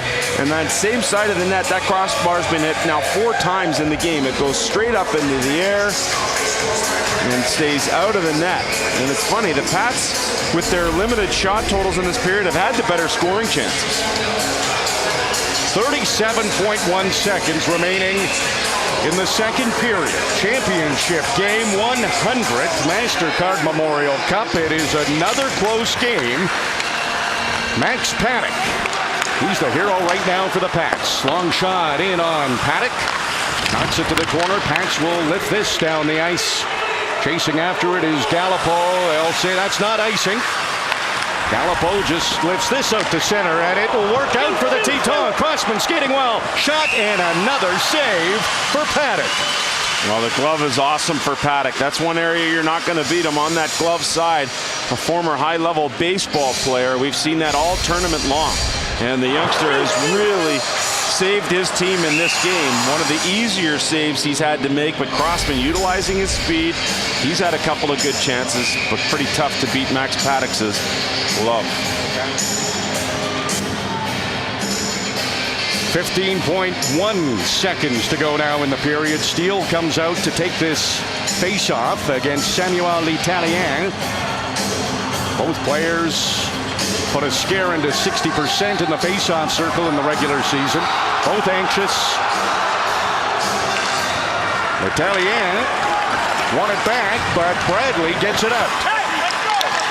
Adam Holwell, he'll hold on to this puck, not being pressured by the Pats, so he'll let this period run out. The Tetons, they lead, not by much, despite outshooting Regina 36-11. The Acadie-Bathurst Tetons lead 1-0. Max Paddock, a busy period, but a great period for the Regina Pats. One period to decide the 100th MasterCard Memorial Cup champion. 35 saves for Max Paddock so far. He's been very much the star of the game. 1-0 for the Acadie-Bathurst Tetons. They lead. Adam Holwell with the lone goal. Big period coming up for Regina. Here's Rob Falls with Cale Fleury. Cale, you take a look at the shot total. It's so lopsided, but you're only down by 1. What was the energy like in the room during the second intermission? Yeah, Max has done a great job keeping us in it, and we're fighting for this one for him. He's playing his heart out there, and we had a really good last 10 minutes there in the second period, so we're just going to try to build off that. The guys notice that. You're starting to be a little more creative through the neutral zone and get into their zone and get something going. Yeah, for sure. We're in the final for a reason, and we need to play confident. Thanks very much. Thank you. Cale Fleury, a big part of the success of the Regina Pats in this tournament. Now ready to go with the third period, the 100th MasterCard Memorial Cup. RJ Broadhead, Sam Cosentino. Max Paddock. His team is trailing 1-0, but it's only 1-0 because of him. They've been outshot 36-11. A busy second period for Paddock. The Pats were outshot 24-6. But he stopped all 24 second period shots. One period to decide the 100th MasterCard Memorial Cup champion. Crowd gets into it early, but here come the Tetons, led by Noah Dobson. Slap shot goes off a stick. It stayed in play, way up in the air. Tough to locate for the players. Biel back to the blue line. Dobson couldn't keep it in. Now Hebig comes against Dobson. Finds Steele, middle of the ice, and coming back was Rubtsov, the first rounder of the Flyers. Terrific 200-foot player, and the Tetons have done that all game long, where they come back and make things difficult for the Pats. Josh Mahura Shot right in. An early shot for the Pats here. And Fitzpatrick makes the save. Little confusion in the neutral zone between Dobson and Gallipo, and that puck came outside the line, and no one ended up taking it. And as a result of that, it turns into Hebig going down, giving the pass. And there's a good play by Rupsov. Coming back with that back pressure, take that pass away through the middle of the ice. Rupsov, first-round pick of the Philadelphia Flyers. Bradley tried to win the faceoff right to himself. He did, and he got down to the net. Fitzpatrick poked it away before he could get a really good scoring chance. These two played in the round robin. Acadie-Bathurst won that game. Oxenden's shot goes off Holwell's stick and out of play. Keep in mind, the Tetons had a 7-2 lead in the third period in that round robin game. And it turned out to be a very close game. 7-6, and then Noah Dobson with an empty netter. And all the Pats hoping here that they can regenerate that same sort of third period that they had in failing just shy of that comeback game. Already a better start to the third for Regina. Hyman kept it in for a moment. Now he has to back off. Good, that's good. Antoine Morin. He's a prospect of the Anaheim Ducks, as is Sam Steele and Josh Mahura. Morin tried to backhand it to the net. Knocked away by Max Paddock. Hyman, who played in the MasterCard Memorial Cup last year with Seattle. That experience so handy to have. Whistle goes. Crowd not happy. It was Antoine Morin. Talked to him before the game this morning. He felt like he was squeezing the stick a little bit too much. That Mario Pouliot, instead of using the negative, said, you know what, we like what you're doing away from the puck. We like your defensive game, but we'd also like you to chip in a little bit more offensively. And he's had some good shifts here in this game. He's been skating a lot better, moving his feet, and he's been able to create at least something here in the offensive zone for the Tetons. Viel and Hebig, two overagers, having some words. Jeffrey Viel, 3 straight years of 30 goals and 100-plus penalty minutes in the QMJHL. Hebig, top scorer for the Pats this season. Olivier Gallipo stops it along the boards, stolen by Hebig. Right back to Gallipo. Won't get out though. Hayek keeps it in. Sam Steele's down there behind the net. The two Teton defensemen try to contain him but can't. Hebig shot just missed on the stick side. Not going to get out quite yet. Hebig hit almost into the Teton bench by Viel. Crazy hop there. Put the puck right beside the blocker of Fitzpatrick. No one knew where it was for a second. Couple of chances for the Pats. They only need one to tie. Dobson right in front of his own bench. Can't get the puck in deep. He's not down. Gallipo waits. Puts it right near that Teton bench. Two of them jumped out of the way. Gallipo threw it right where a line change was going on, and the Tetons so alert they had to let it go, but that resulted in the Pats getting possession. Here's Mikhail Yvon. First-year defenseman in the QMJHL. Murphy doesn't get it out. Bryce Platt kept it in. They drag it just outside the line, but Pats send it in again. And the Tetons a little sloppy with the puck here. Murphy does get by Mahura.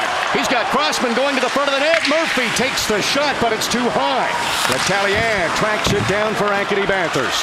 Nobody in deep for the Tetons. That gives Brady Puto a chance to elevate the puck out of the end. Bradley almost walked right in. A good defensive play. Recovery by Adam Holwell. Ducharme finally into the Regina end. Max Paddock will play it to Aaron Hyman before that wave of pressure comes. Last time playing Acadie-Bathurst, he hung on to it a little bit, and the Tetons got a shorthanded goal out of that. Puck's behind the Regina net. Side of the goal gets centered, but nobody there for Acadie-Bathurst. Pratt up ahead to Lecision. Mitchell Balmas from Sydney, Nova Scotia. 42 goals. The rookie, Ducharme, stopped by Fleury. Puck stays in. Here's Morin. Tried a shot, but Paddock with no traffic in front of him. The way he's seeing the puck tonight, that's no problem at all. Well, a much better jump here for the Pats to start this third period, and it results in a couple of good chances. Here's Hebig, and his shot just misses that far post. And then here's a ring, and it stops. Gallipo, Fitzpatrick both look to their left, and it's sitting at Fitzpatrick's doorstep. No Pats around, however, to try and jam it home. Teton have had a 1-goal lead and lost just once in their last 25 games. Gallipo keeps it in. Here's Aslan.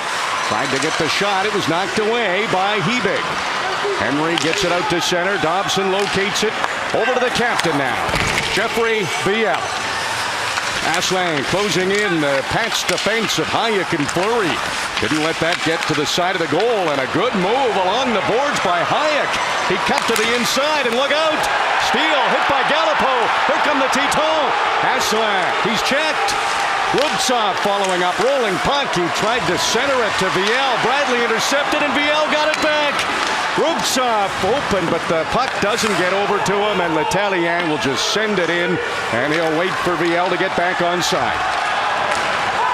Emil Oxinen over the Teton line. Another low shot, missing on the stick side. Crossman can't track it down. It'll go behind the Teton net. Evan Fitzpatrick leaves it there. Holwell advances it along the right wing side. Capped in by Bradley. Holwell dealing with Oxinen. Chipped it past him. Murphy makes a short play to Letallier, and Yvon will dump it into the Pats end. 1-goal lead for Acadie-Bathurst, the QMJHL champions. That goal was scored in the first period by this man, Adam Holwell, the overager from St. John's, Newfoundland. He sends it into the Regina end, almost came in front, nobody around for the Teton. Max Paddock left it for his defenseman, Josh Mahura. Bryce Platt cut off as he gets to the Acadie-Bathurst line. Balmas up by the Regina blue line. Antoine Morin has Mahura step in front of him. Balmas checked, and Platt has Lecision. Gets to the middle of the ice. Lecision! No, he pulled it up, and he couldn't get it into a good spot where he could shoot. Puck at the side of the goal, and Fitzpatrick has found it. Wow. Lecision just had that puck come behind him. He tried to get it out in front of him, and by that time, it was too late. Wow. It starts with a great play here. Libor Hayek escapes the oncoming Aslan and slips right in front of his own net. Beautiful play. Heads up to start the breakout. And then Sam Steele coming out of his own zone. Gallipo steps up on him. Many fans thought there should have been a trip, and they had a good case there. In the last opportunity here, you could see that Lecision with that puck behind him couldn't really do much with it there as he tried to get it to the forehand. Everyone collapsed upon him. Sam Steele behind the net. Leads the MasterCard Memorial Cup in scoring. 13 points in 14 games. The high-flying Pats, who have scored so much through their first 4 games, haven't been able to get anything here. Fitzpatrick slides it over to Holwell. Dobson is open. In front of his own net. Does get it outside the line. Viel's stick knocked out of his hands by Henry. Rubtsov chips it to center. The Pats much better here in the third period. We shouldn't be surprised, though. They were great in the third period in the round robin against the Teton 2. Crossman against Bradley. Letallier comes over. Lecision keeps it in. Now he's toiling against Letallier. Holmes, he had a chance to drag it deeper, and Bradley will get an opportunity. Couple of cracks at it for the Teton to clear. They didn't do it, but the Pats didn't take advantage. Difficult to get anything to the net. Maybe here, Holmes comes right in, and he lifted that up high. Puck sat there for him. Wanted to go top corner.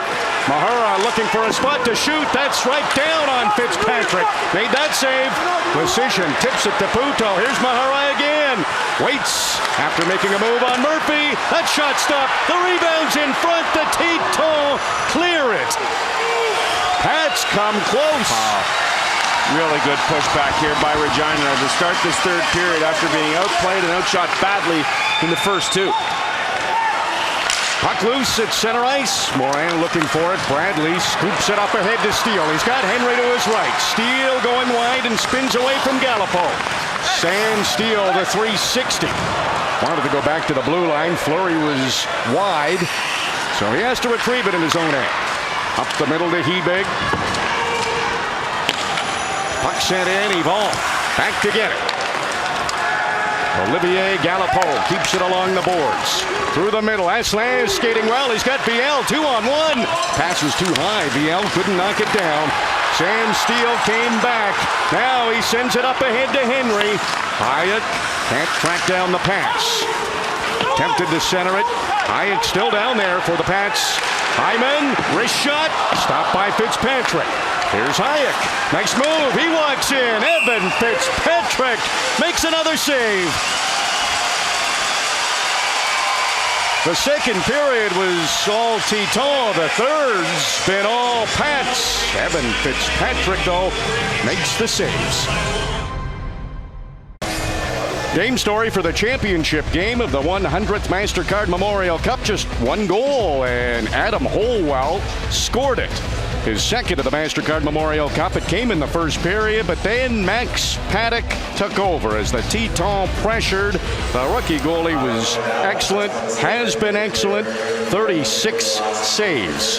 And his Pats seem to have come alive in the third period. They've outshot the Teton 7-1. Evan Fitzpatrick answering. Mahura off a face-off win. He'll walk right down to the dot. Mahura stopped by Fitzpatrick. That's a great save for the Blues prospect. Yeah, it's great patience here by Josh Mahura, the offensive defenseman, this close to making it for Canada's World Junior team, and he steps in off the line. Watch the patience right here. Waits, lane opens, lifts his stick to avoid the stick lift himself from VL and gets a really good opportunity. Had to keep that arm tight. Pats sense a chance here. Heavily outshot. Their goalie kept them in it, but now it's an odd man rush. Viel shoots. It was a 2-on-1. Decided to shoot, and Max Paddock outside his crease chucks up another save. Asselin was the other member on the 2-on-1 for Viel, and Viel shaking his head as he goes to the bench. Takes it and spins here, and now he looks up at Asselin and says, you know what, I'm going to just try shooting it. Look off the pass and shoot. And Paddock didn't even waver once. Steele working hard to get back here, and maybe his late oncoming rush forced Viel to shoot it as opposed to being too cute and making a pass. Face-off win, Teton. Pats block it. Holwell tried to send it in deep. He knew there was some support down there for the Teton. Puck never got deep. So now Holwell looks for another option. Mikhail Yvon. Liam Murphy. Now Ethan Crossman. Crossman's been in the thick of things. He's been stopped by Paddock numerous times. That backhand's too high, but he hurried after it. Holwell held the line. Pats clear at that time. And this will go down the ice. It's coming back to the Pats end, though. You know, with great players, what do you try and do to mitigate their impact in the game? You try and take away their time and space. And all game long, Sam Steele has had to deal with a stick, a body, stick lift, back pressure, defenseman coming out and stepping up on him, and it's been all game long, where even here, Galipeau neutral ice doesn't give him a chance to get going. Galipeau finishes a check, and all game long, Sam Steele has been the center of attention for the Acadie-Bathurst Teton. Off the face-off, that just missed. Paddock was ready if it was on target, though. Middle of the ice, Legion couldn't handle it. Here's Oxenden, and that's off the blocker of Fitzpatrick. Comes outside the line. Fleury gets it back in. Pats want to get a quick change here. Yvon hands it over to Holwell. Now Yvon. Ball misses open, but standing still. Chips it up ahead, Mahura. He leaves it for Fleury, who bumps Ducharme out of the way, but Ducharme relentless. Got it back. Hebig now.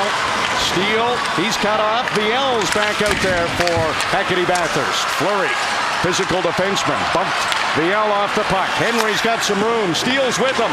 Rebound. Steele. Big save. Fitzpatrick. Wow, Sam Steele.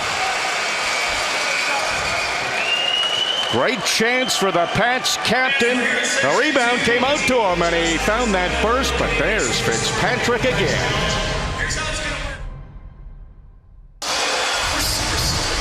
Here is the red-hot player of the game for tonight. It's brought to you by Lennox, official heating and cooling partner of the CHL. Well, look no further than Max Paddock, a 17-year-old netminder. He's been really solid with his glove, tracking the puck, getting down in that butterfly, getting some help from his defenseman, taking shots up high all game long. He has been under siege from the Titans, except for here in this third period, even having to stop a partial breakaway from Crossman, and the Crossman pass cross ice tracked perfectly with the glove hand of the youngster Max Paddock. Seeing a lot of the Pats. Top line, Steele, Henry, Hebig. They need points. They're out there after the commercial break. Hyatt rolls it down low. Steele battles away from his check. Hyatt saw an opening to come down from the blue line. All the Tetons do is just clear it out to center. Mahura over there in time. Noah Dobson. He heads back, but that's icing against the Pats. Bit of a break here, too, just to stop that momentum. That top line, John Paddock using the TV timeout to get the Steele line back out there on the offensive draw. They'll stay out there here, it looks like. Or Steele arguing why that was icing. And so he's getting an explanation here. And the Tetons catch a bit of a break here. Hebig and Henry had gone to the bench. His got sent back out. Put on the brakes, boys. Back out you go. Steele against Letellier. Crossman sends it to the corner. Steele chips it to the defenseman. Josh Mahura has to hurry. Hebig. Hebig lifted it. Tried to get it off the glass. It did not get glass. And a penalty to Cameron Hebig. And that's where that toe curve every now and then can be at a detriment. And here he is, he flicks it up. He gets such good lift on it. He's trying to avoid the oncoming checker, and by getting lift on it, right there, that toe curve, right there. And a good job by Crossman to come over and force him to take that shot high off the glass. That's what he was hoping for anyways. Out it goes. There wasn't a thing in the second period. No scoring, no penalties. Here's a power play for the Tetons. Noah Dobson over to German Ruksaw. Looking at the front of the net. Goes all the way back to Dobson at the blue line. Wrist shot. Pad save by Paddock. Couple of chances for the Pats. There's a third. And it's Lecitia who gets it outside the line. Dobson with a quick turn. Mitchell Balmas brings the Teton into the Pats end. He'll wrap this around for VL. Lets it go. Dobson over to Gallipo. Two top scoring defensemen in the QMJHL this season. Shot blocked. Balmas tried to get it through. The Pats so good at blocking shots, and they clear it. What's really stagnant, it's this power play. There's a couple of switches up at the top there, but really nothing to create any confusion for the Pats penalty killers. Noah Dobson dumps it in. Since early March, this power play for the Tetons is right around 14%. 1 for 12 at the MasterCard Memorial Cup. First minute of this power play has evaporated. Gallipo in his own end. Slowly makes his way to center ice. Overskates the puck. Drops it back. There's Holwell. Murphy standing still at the Pats line. Crossman. He chops it ahead. That is offside as the Tetons are having problems getting in the Regina end. So that penalty kill really efficient. Once it gets in the zone, allowing one good look and then getting rid of it. And then when the Tetons have to go back and regroup, making it really difficult to Pats for the Tetons to get it through neutral ice and get anything set up in the offensive zone. 38 seconds to go in the Teton power play. Murphy right off the faceoff. One-on-one against Fleury. He'll back off and get things set up. Crossman shot. It missed. Mikhail Yvon in the corner overskates it. Bradley a chance to clear, and he's successful. Won't be much time to work now for Acadie-Bathurst. Under 20 seconds. Holwell doesn't want to waste time. Here they come over center. Crossman will lead the way.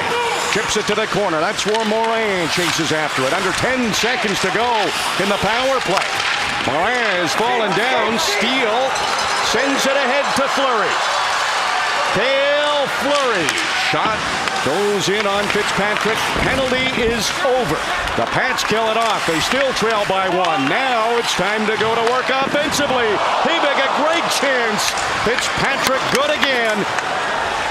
Asselin chips it over to VL. The captain, a nice move in front to Asselin. He scores. Samuel Asselin. 2-0 Tetons.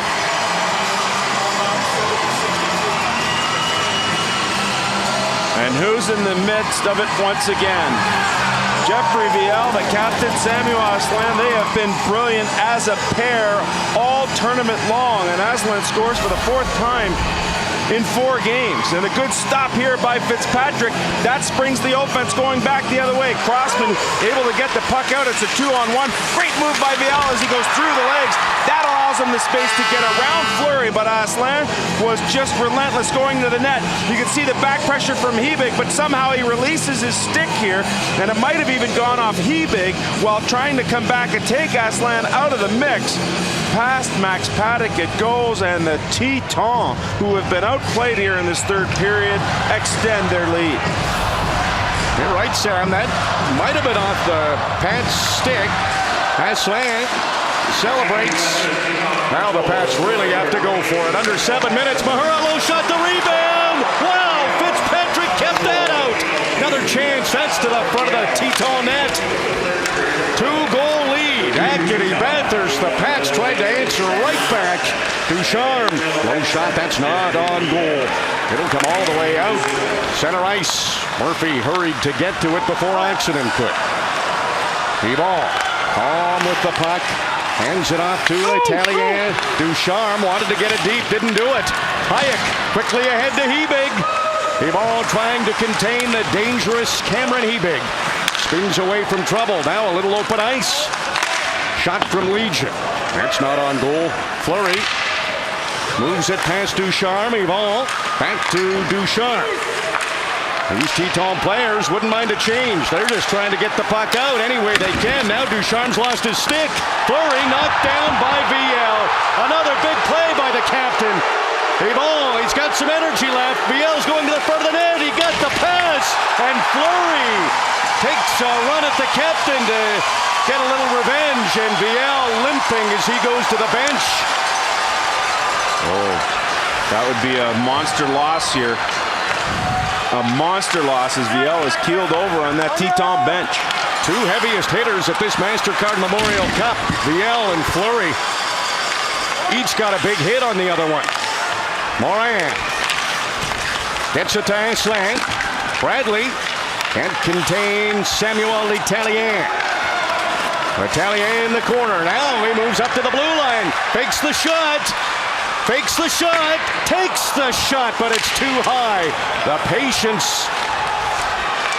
Sam Steele, he's pressured in the corner. L'Italien gets it to Bulmas. Max Paddock comes to the top of his crease to make that save. The Tetons score their 2nd of the game, and in Bathurst, New Brunswick, they love it. 4 minutes, 57 seconds to go. 3rd period. Regina Pats have not managed to score the Acadie-Bathurst Tetons. They lead 2-0. They've outshot the Pats 41-26. It's a close game. Acadie-Bathurst has never won the MasterCard Memorial Cup. Regina Pats haven't won it since 1974. The most tenured team at the MasterCard Memorial Cup, the Regina Pats. This is their 16th appearance. You talked about that 1974 team. So many of the players have come back here to watch and hope that the Pats can regain some of that great glory by winning a cup. And the Tetons, 1999, they participated, 3 and out. 2001 and 2002 went to the league final in both of those years, but just couldn't get over the hump. And Mario Pouliot and his squad here in his 4th season with an opportunity to make history in Bathurst. First final for a QMJHL team since 2016. That was a great final. In Red Deer, London winning in overtime against Rouen-Noranda. WHL in final for the first time since 2050. Kelowna, they lost in overtime to Oshawa that year in Quebec City. Go back to 1972. The Dub and the Q have met in the final 9 times, with the WHL winning 7 of them. And one more thing working against the Tetons, despite having the lead right now, if you look at a team that's had to go 3 time zones, the last 14 times that's happened in a final, only twice has the winner been able to come away after traveling 3 time zones. The 2013 Halifax Mooseheads did it in Saskatoon in 2013. The MasterCard Memorial Cup. It is close to the ice. Close. Which team is going to get it? Acadie-Bathurst Teton. They've got a 2-0 lead. Pats, they'd like to get one fairly quick. Looks like a penalty here. Pats, who haven't had a power play all game until now, have one at a critical point. Mar will go to the box here for the Tetons. And a big scrum ensues in the corner end boards. And Mar's working down there. Mario Pouliot looking up. And you had to know at some point that the Pats were going to get one. Mario Pouliot's looking up and saying, how can you call this a hole? Ball is down. He gets cross-checked a couple of times. Well, you might be saying that Mar was the one who was infracted upon. Yeah, roughed up in the corner. Delivered his message, goes straight to his captain. Power play, Pats, they need one. Mahara, shot, misses. Hebig tries to tuck it in. Fitzpatrick, he's got it, and gets the whistle. The Pats all over the Teton net, but Fitzpatrick didn't give them a loose puck. Well, the Pats now in desperation time, having to score twice just to tie it. Sam Steele's able to win the draw and get it back. And a little delay there opens up a lane, although the shot goes just wide. And Fitzpatrick did a good job staying on the post there because Hebig was right there. Battalion moves it to an open corner. Justin Ducharme rolling puck along the boards, couldn't get it out. Pats have it. It's Matt Bradley spinning around at the blue line. He'll drop it off and leave it for Nick Henry. Josh Mahara. Here's Sam Steele. Points leader takes the shot. Fitzpatrick the save. Healthy bounce off the end boards, but Gallipo has found it. And he banks it down the ice. Penalty kill was excellent for Acadie-Bathurst, number 3 in the regular season. They were over 90% in the QMJHL playoffs. Here's a breakaway. Samuel Hasley, shorthanded. Paddock stops him. 3 shorthanded goals for the Tetons at this MasterCard Memorial Cup. That might have been enough had Hasley scored. 3 goals would have been tough to come back from. Another short-handed opportunity for Rubtsov. Sam Steele lets Rubtsov go to the corner first. Now the Flyers prospect trying to hold the Pats in there. Under 45 seconds to go in this Pats power play. Time ticking away. They've got it in the Teton end. Legion shot, a low one. Saved by Fitzpatrick and quickly cleared by Acadie-Bathurst. Big clear there by Gallipo. He caught it right as the puck was on end. Steele leads the Pats again. Drops it back for Fleury. Hayek is open. 20 seconds to go in the power play. Fleury doesn't shoot. Steele wanted to. It wasn't in a good spot, though. Passes to Fleury. There's the shot. Misses the net. Knocked down the ice again by Gallipo. Oh, good hand-eye. That's twice where he's had a bouncing puck and in midair is able to get it the distance by getting a lot on it. Mar is like a sprinter in the blocks in the penalty box. He wants to get on that ice and get this penalty over. It is over. Pats don't score on the power play. It's still 2-0. Acadie-Bathurst. Pats can't keep it in. It bounced at the line. Fleury dumps it in. Pats have to get back on side. 2.5 minutes to go. Down by 2. Max Paddock will be looking at the bench at some point. Holwell comes over center ice. Slowly in, knows those seconds tick off. He wasn't being pressured. Now it's Morin's turn for a little puck possession. Behind the net, Mahara trying to force him to make a play, but Morin won't give the puck up. Passes cleanly to Murphy. At the blue line, it's Dobson. Slaps it off the end boards. This will come to Gallipo. Tired group out there for the Pats, and they can't get to the puck, and the time is ticking away. There's under 2 minutes to go now. Mahara slides it ahead, and Lecision gets only as far as center. Moyen dumps it into the Pats' end.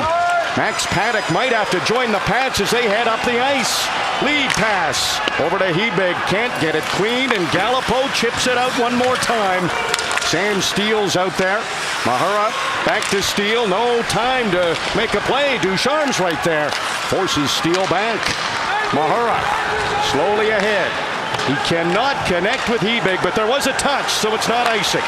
Dobson comes up with it down low. 3 Pats down there. Paddock still in his net. Good thing, too.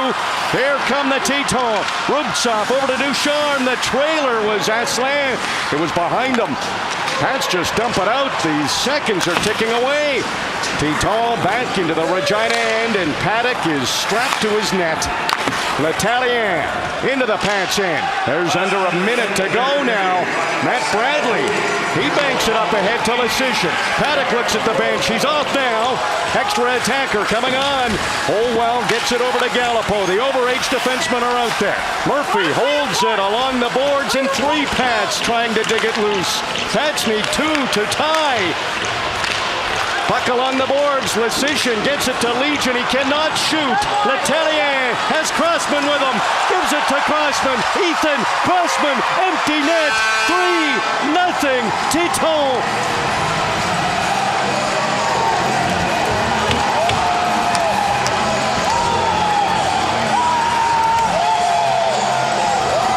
Acadie-Bathurst Teton. 3-0 lead. 30.3 seconds to go. They're going to be champions.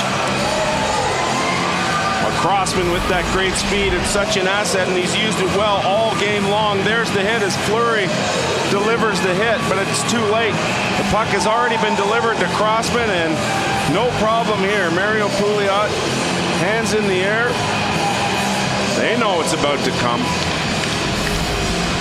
And all of this in the last 6 minutes without their captain, Jeffrey Viel, who was hurt on an end-board hit by Fleury. He can barely stand up on the bench. He's had to take intermittent breaks just to sit down and stand up. He's hugging his teammates, tapping heads. Teton knocked that out to center. They just didn't give the Pats a chance to get the puck. Regina tried to get something going late. They could not do it. And the Acadie-Bathurst Teton, the champions of the QMJHL, are now the champions of the CHL. In the 100th year of the Memorial Cup, the Acadie-Bathurst Teton have won it for the first time.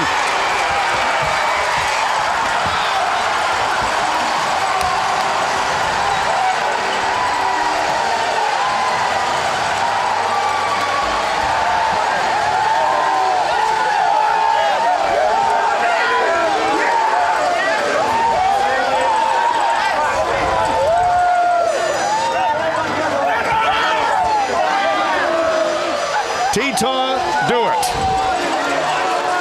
Regina Pats, they fought hard, exhausted.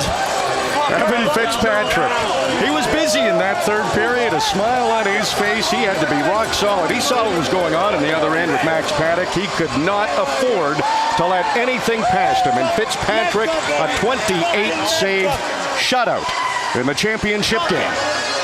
Wow, just unreal effort. And we saw it a lot yesterday at practice, RJ. These guys just didn't want to get off the ice. They were so excited to be around with each other all year long. They've talked about, I love this guy, I love that guy, we love the coach. It's a special group, we have a special bond. And all of the owners, and I believe there's about 20 of them in Bathurst, flew in here for this championship game. Sean Couturier, NHLer, might be the only one who's not here. But Sylvain Couturier, former NHLer, the general manager. This is a team that lost last year in the second round, got pumped in a Game 7 against Blainville 7-1, learned from that, brought it back to this year and used that experience to elevate them to a league championship and now a national championship. The captain, so important to the Teton, Jeffrey Viel's with You told us, the whole team told us this is a special group, and here you are, MasterCard Memorial Cup champions. I'm so proud of the boys. We played a solid game and we were incredible today. We really wanted it, so I'm so proud of everyone. You guys had to play very tough. You got lots of shots on goal, but you were, as Sam said, relentless. You kept coming in waves. Yeah, we really wanted it. Like I said, we didn't want to give them anything, and that's what we did. You got good goaltending when you had to. It was a complete team effort. Yeah, it was incredible. Fitzy was incredible. It was a really team effort everywhere, so I'm so proud of all the boys. Thanks very much. Thank you. Antoine Morin comes in and gives his captain a hug. Mario Pouliot, that was his top dog. They've been together 4 years. And Mario Pouliot, look at that embrace. That's pretty special. They're still hugging in the background there. Jeffrey Viel was his prized pupil, gave him the C, and he had this team following his lead. Yeah, at every turn. I mean, almost 4 years ago to the day, he was acquired from Sherbrooke. Before the 16-17 season, he was named captain, VL was. And at that point, Mario Pouliot says, our team changed, and oh, so much for the better. Sylvain Couturier made a few big trades, maybe none bigger than acquiring goaltender Evan Fitzpatrick. He's with Rob. Evan, you told us about the change in your game when you came to Bathurst. What was the major change? Well, just going back to basics, you know. I had a great team in front of me, you know, amazing defense. You know, we had 3 really deep lines. Our 4th line could have been a 3rd or 2nd on any other team. You know, we played for a team that gave their all every night, and you know, paid off in the end. This is a situation you didn't see a lot of work early, but when called upon, you had to make big save after big save. Yeah, you know, with this team, I've learned a lot that you know, we have a really good offense. So whoever the goalies are, you know, sometimes we have to make great saves. The kid over there played amazing, but you know, for me, it's just staying in the moment and staying focused. And when I get shots, I gotta bear down, track them, and do my job. You have a shutout in the championship game of the MasterCard Memorial Cup. How's that feel? It's amazing. I don't have words for this right now. It's something special. It's something I never would have imagined. And you know, winning the President's Cup was a dream come true. And this hasn't sunk in yet. It's probably going to take about 2 weeks, but it's amazing. Thanks very much. Thank you very much. He's a great young man. Evan Fitzpatrick's shutout, the first shutout in a championship game since Adam Dennis in 2005 is a member of the CHL Team of the Century, those London Knights. Can't get the smile off Evan's face. Max Paddock, he was sensational. Can't do any more than Max did. That's a coming out party for the rookie. My goodness, a great second half here. Gets injured, doesn't play for 2 months, steps in, wins the Pats their first game with a 31 save performance. And other than a little hiccup against these very same Tetons, he was brilliant all tournament long. There's the 2 goaltenders. They put on a show tonight. Overage players, they know their junior career comes to an end. Championship for Olivier Galipeau, just behind Evan Fitzpatrick, the QMJHL defenseman scoring leader, the defenseman of the year. He will graduate. Adam Holwell, 20 years old, and had a big goal in this game. And of course, Jeffrey Viel, the captain of the Tetons. He was a powerful force all game long. The future is bright for the Tetons too. Their star young defenseman, Noah Dobson, is with Rob. Noah, your team, small community, but the heart and soul of that community, now winning the MasterCard Memorial Cup. What an effort all season long. Oh, it's incredible. We came in a training camp and our coaching staff and gym said we want to win our last game. And we just won our last game together to Memorial Cup champs. An incredible feel. I'm proud of all the guys. You came out inspired. You really tried to force the issue. Their goaltender was brilliant early, but you did not stop. Yeah, I think we just wanted to stay composed. Our goaltender played a hell of a game. I mean, we threw everything at him and nothing budged, but we knew what we had to do in the third. We went out and did it, and obviously just proud of everyone. Go get your championship hat. Thank you. Nice smile for Noah Dobson. The Regina Pats, a salute to the Brandt Center crowd. This place was sold out. It was loud. The Pats couldn't get anything going in the second period. The crowd got the Go Pats Go happening. Much better effort in the third. They just could not solve Evan Fitzpatrick. No rest for that guy. He'll pack up his bags and end up going to Buffalo for the NHL Combine. Noah Dobson, it's that type of stress put on a young man in his draft year. But what a performance by Dobson all tournament long, and amazing how that bond that we've seen here over the last 10 days came to fruition in today's win. The first 2 periods absolutely clinical for the Tetons, and They had a big pushback from Regina early in the third, and the empty netter put it away. Saskatchewan's good for the QMJHL. First MasterCard Memorial Cup championship for a QMJHL team since 2013. Halifax won that in Saskatoon. And now Acadie-Bathurst, also out of the Maritimes division, wins in Regina. It's the 100th that belongs to the Teton. That trophy we just saw will go to the most valuable player of the MasterCard Memorial Cup. Okay, I got a pretty good idea who that might be. Team effort. Talked about how close they were all season long. Now they are champions. The Acadie-Bathurst Teton. Now the presentation for the most valuable player. Ladies and gentlemen, what a week it has been in Regina. A fabulous MasterCard Memorial Cup to celebrate 100 years. Time now for the trophy presentations. First trophy is the Stafford Smythe Trophy as most valuable player. Mesdames et messieurs, le gagnant de la trophée Stafford Smythe pour le meilleur joueur de la Coupe Memorial MasterCard. And to make the presentation, the president of the Canadian Hockey League, le président de la Ligue de Hockey Canadien, David Branch.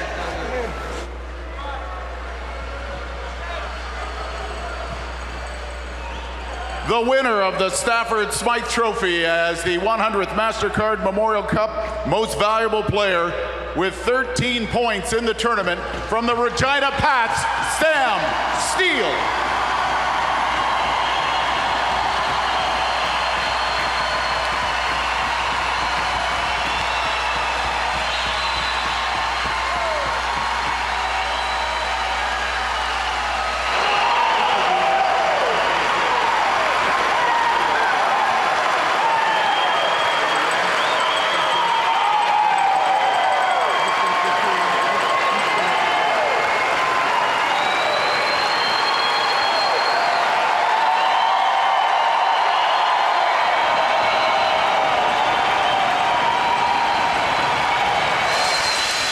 Sam Steele, a deserving MVP. He just was dangerous whenever he had the puck. The only team that could stop him were the Acadie-Bathurst Teton. The only losses the Pats had were to Acadie-Bathurst. Sam Steele salutes the crowd. He's MVP. And the big trophy is coming up. Ladies and gentlemen, the most precious trophy to junior hockey players in the Canadian Hockey League, the Memorial Cup.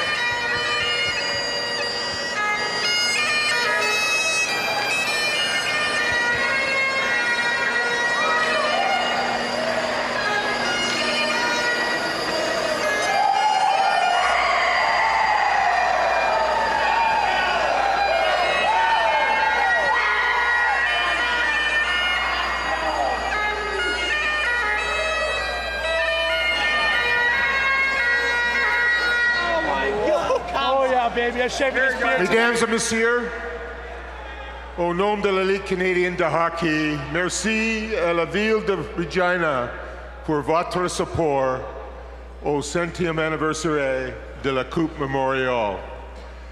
On behalf of the Canadian Hockey League, Commissioner Ron Robinson and Commissioner Gilles Courteau, I would like to express our sincere gratitude to the City of Regina, the great fans of the Pats, for all your support this week.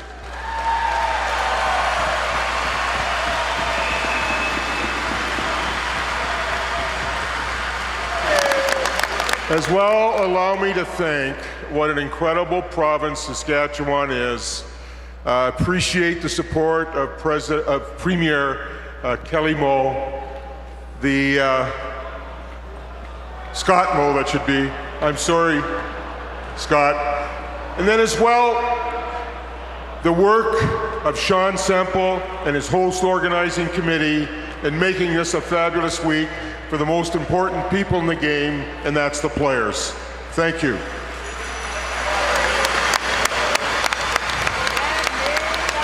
All 4 teams gave us incredible hockey. And as we are about to present the 100th Memorial Cup, we all know that it stands for a tribute to all those men and women who paid the supreme sacrifice for our country in conflict. That being said, this year takes on an added meaning, as well as we wish to show our support, as all of you have done, this province has done, this country has done, this world has done, in supporting the families, players, billets, and friends of the Humboldt Broncos.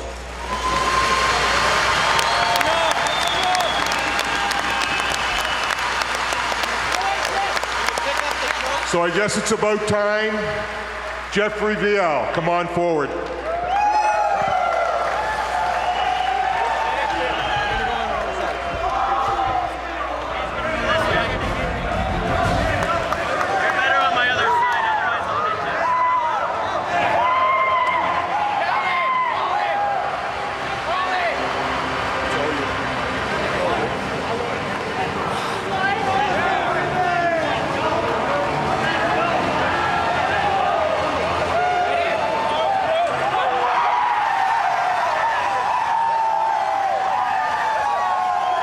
They did it.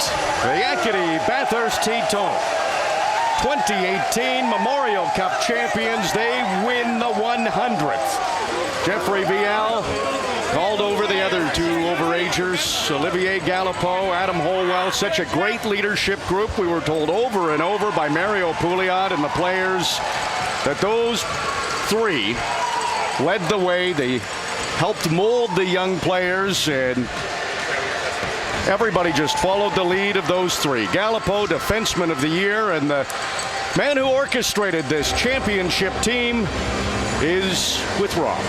Mario Pouliot is the head coach of the MasterCard Memorial Cup champion Teton. You told us in that 4-day break, you had a little breakfast meeting with the team, and you spoke from the heart about what it meant to coach this team, to be from Bathurst and represent your league here. And here you are as champion. It's tough to believe, but so proud of all the players. We played a heck of a game. Their goalie played a really good game. A lot of credit to them. They blocked a ton of shots to keep the game at 1-0. But at the end of the day, we keep our composure.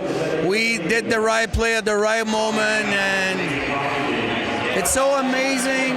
4 years. I arrived in Bathurst and starting from the bottom and being winner of the Centennial Memorial Cup.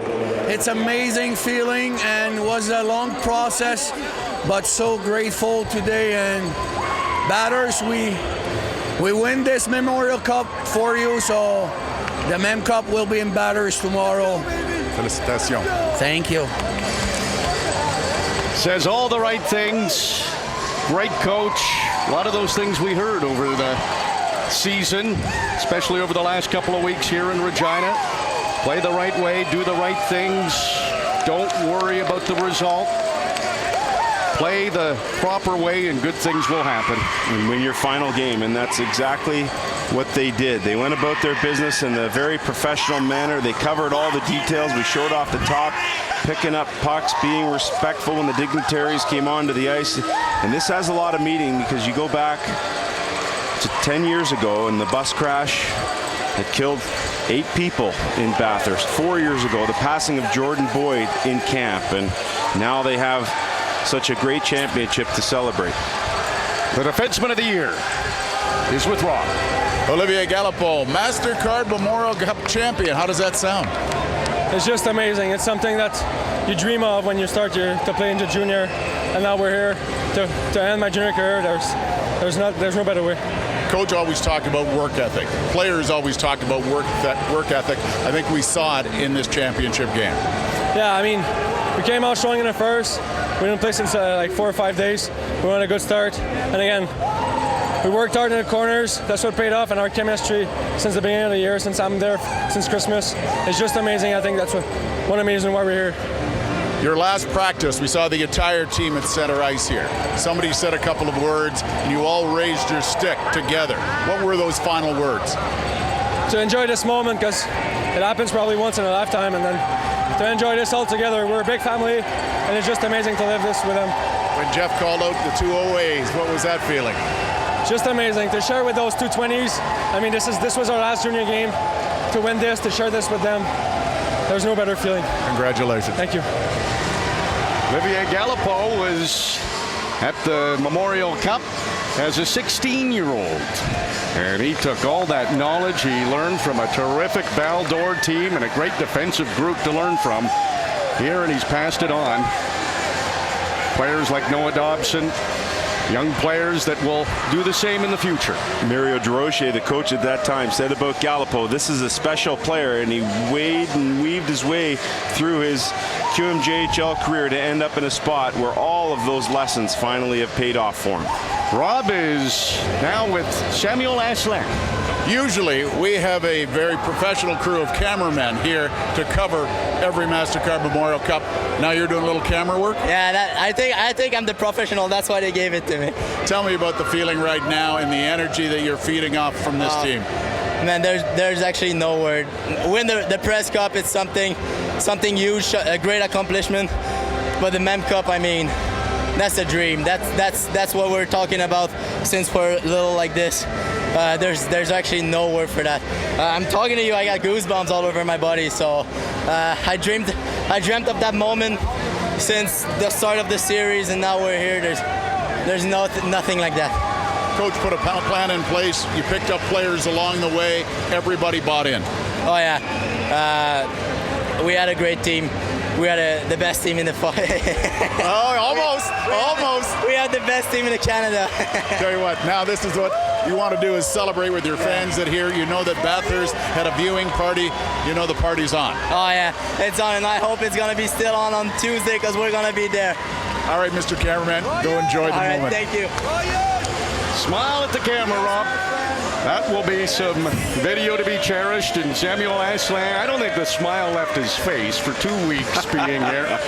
Fun-loving, and what an important player for the Teton. I mean, more goals here in the MasterCard Memorial Cup than he had in the 20 games in the playoffs for the Teton. That's how important he was, centering that top line. And he made such great chemistry with VL, the captain, there on his wing. And they changed wingers a couple of different occasions. Started with Marr, then it moved to Murphy, then Rupsov in this game, and that obviously paid off to be a big move, because Aslan was in the mix once again. Turned into the most important line for the Teton. They were contributing offensively and playing against the other team's top line and shutting them down. That's the moment hockey players wait for. Acadie-Bathurst Teton, Memorial Cup champions.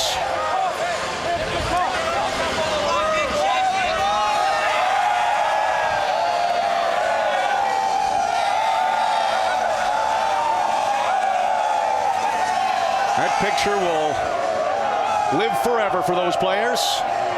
Mario Pouliot, just a real joy to spend time with this season, and especially over these couple of weeks. He spent a lot of time with us and helping us learn about his team and just his coaching philosophy. And you just knew that it was a tight-knit group, and you don't win without a team like this. And Jeffrey Viel even said it in his pregame interview with Rob, that we love each other. You don't hear that word a lot in sports, but they do love each other. They are brothers. And he was the kingpin of it all. He was the leader, and it's funny, you watch him go through physical motions, and other guys literally follow those same physical motions. And it's amazing to see how they've all fallen in drop step behind them. But Mario Pouliot said, I identified a special player when we got him in a trade 4 years ago. 2 years after that, we named him captain, and for good reason. We saw all tournament long, being the guy out there talking to the media all the time, being the guy who, when a big hit was needed, he provided that, and being the guy who, when they needed a big goal or a big assist, provided that as well. He had an all-around, all-encompassing game, and a true captain deserved of his deal with the San Jose Sharks on an AHL basis.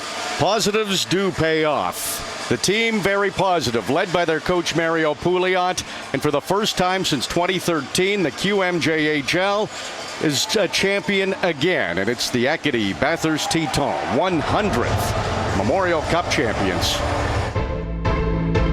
Now we start the quest to find out which team will win the 100th MasterCard Memorial Cup. World knocks us down, we get back up. A revolution is on the way. If it's a fight you want, it's a fight you'll get. They tried before, we made them pay.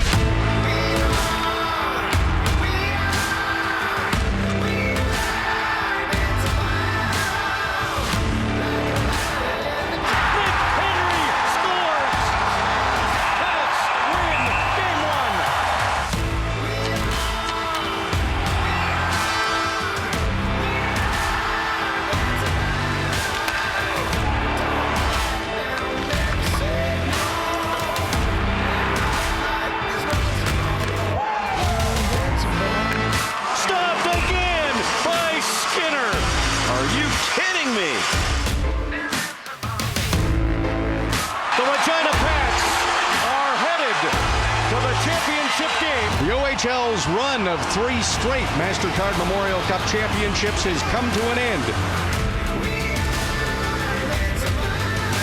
Adam Holwell, low shot and scores. The overage defenseman puts the Teton ahead. Captain, a nice move in front to Oslo. He scores. Samuel Esselay, 2-0 Teton.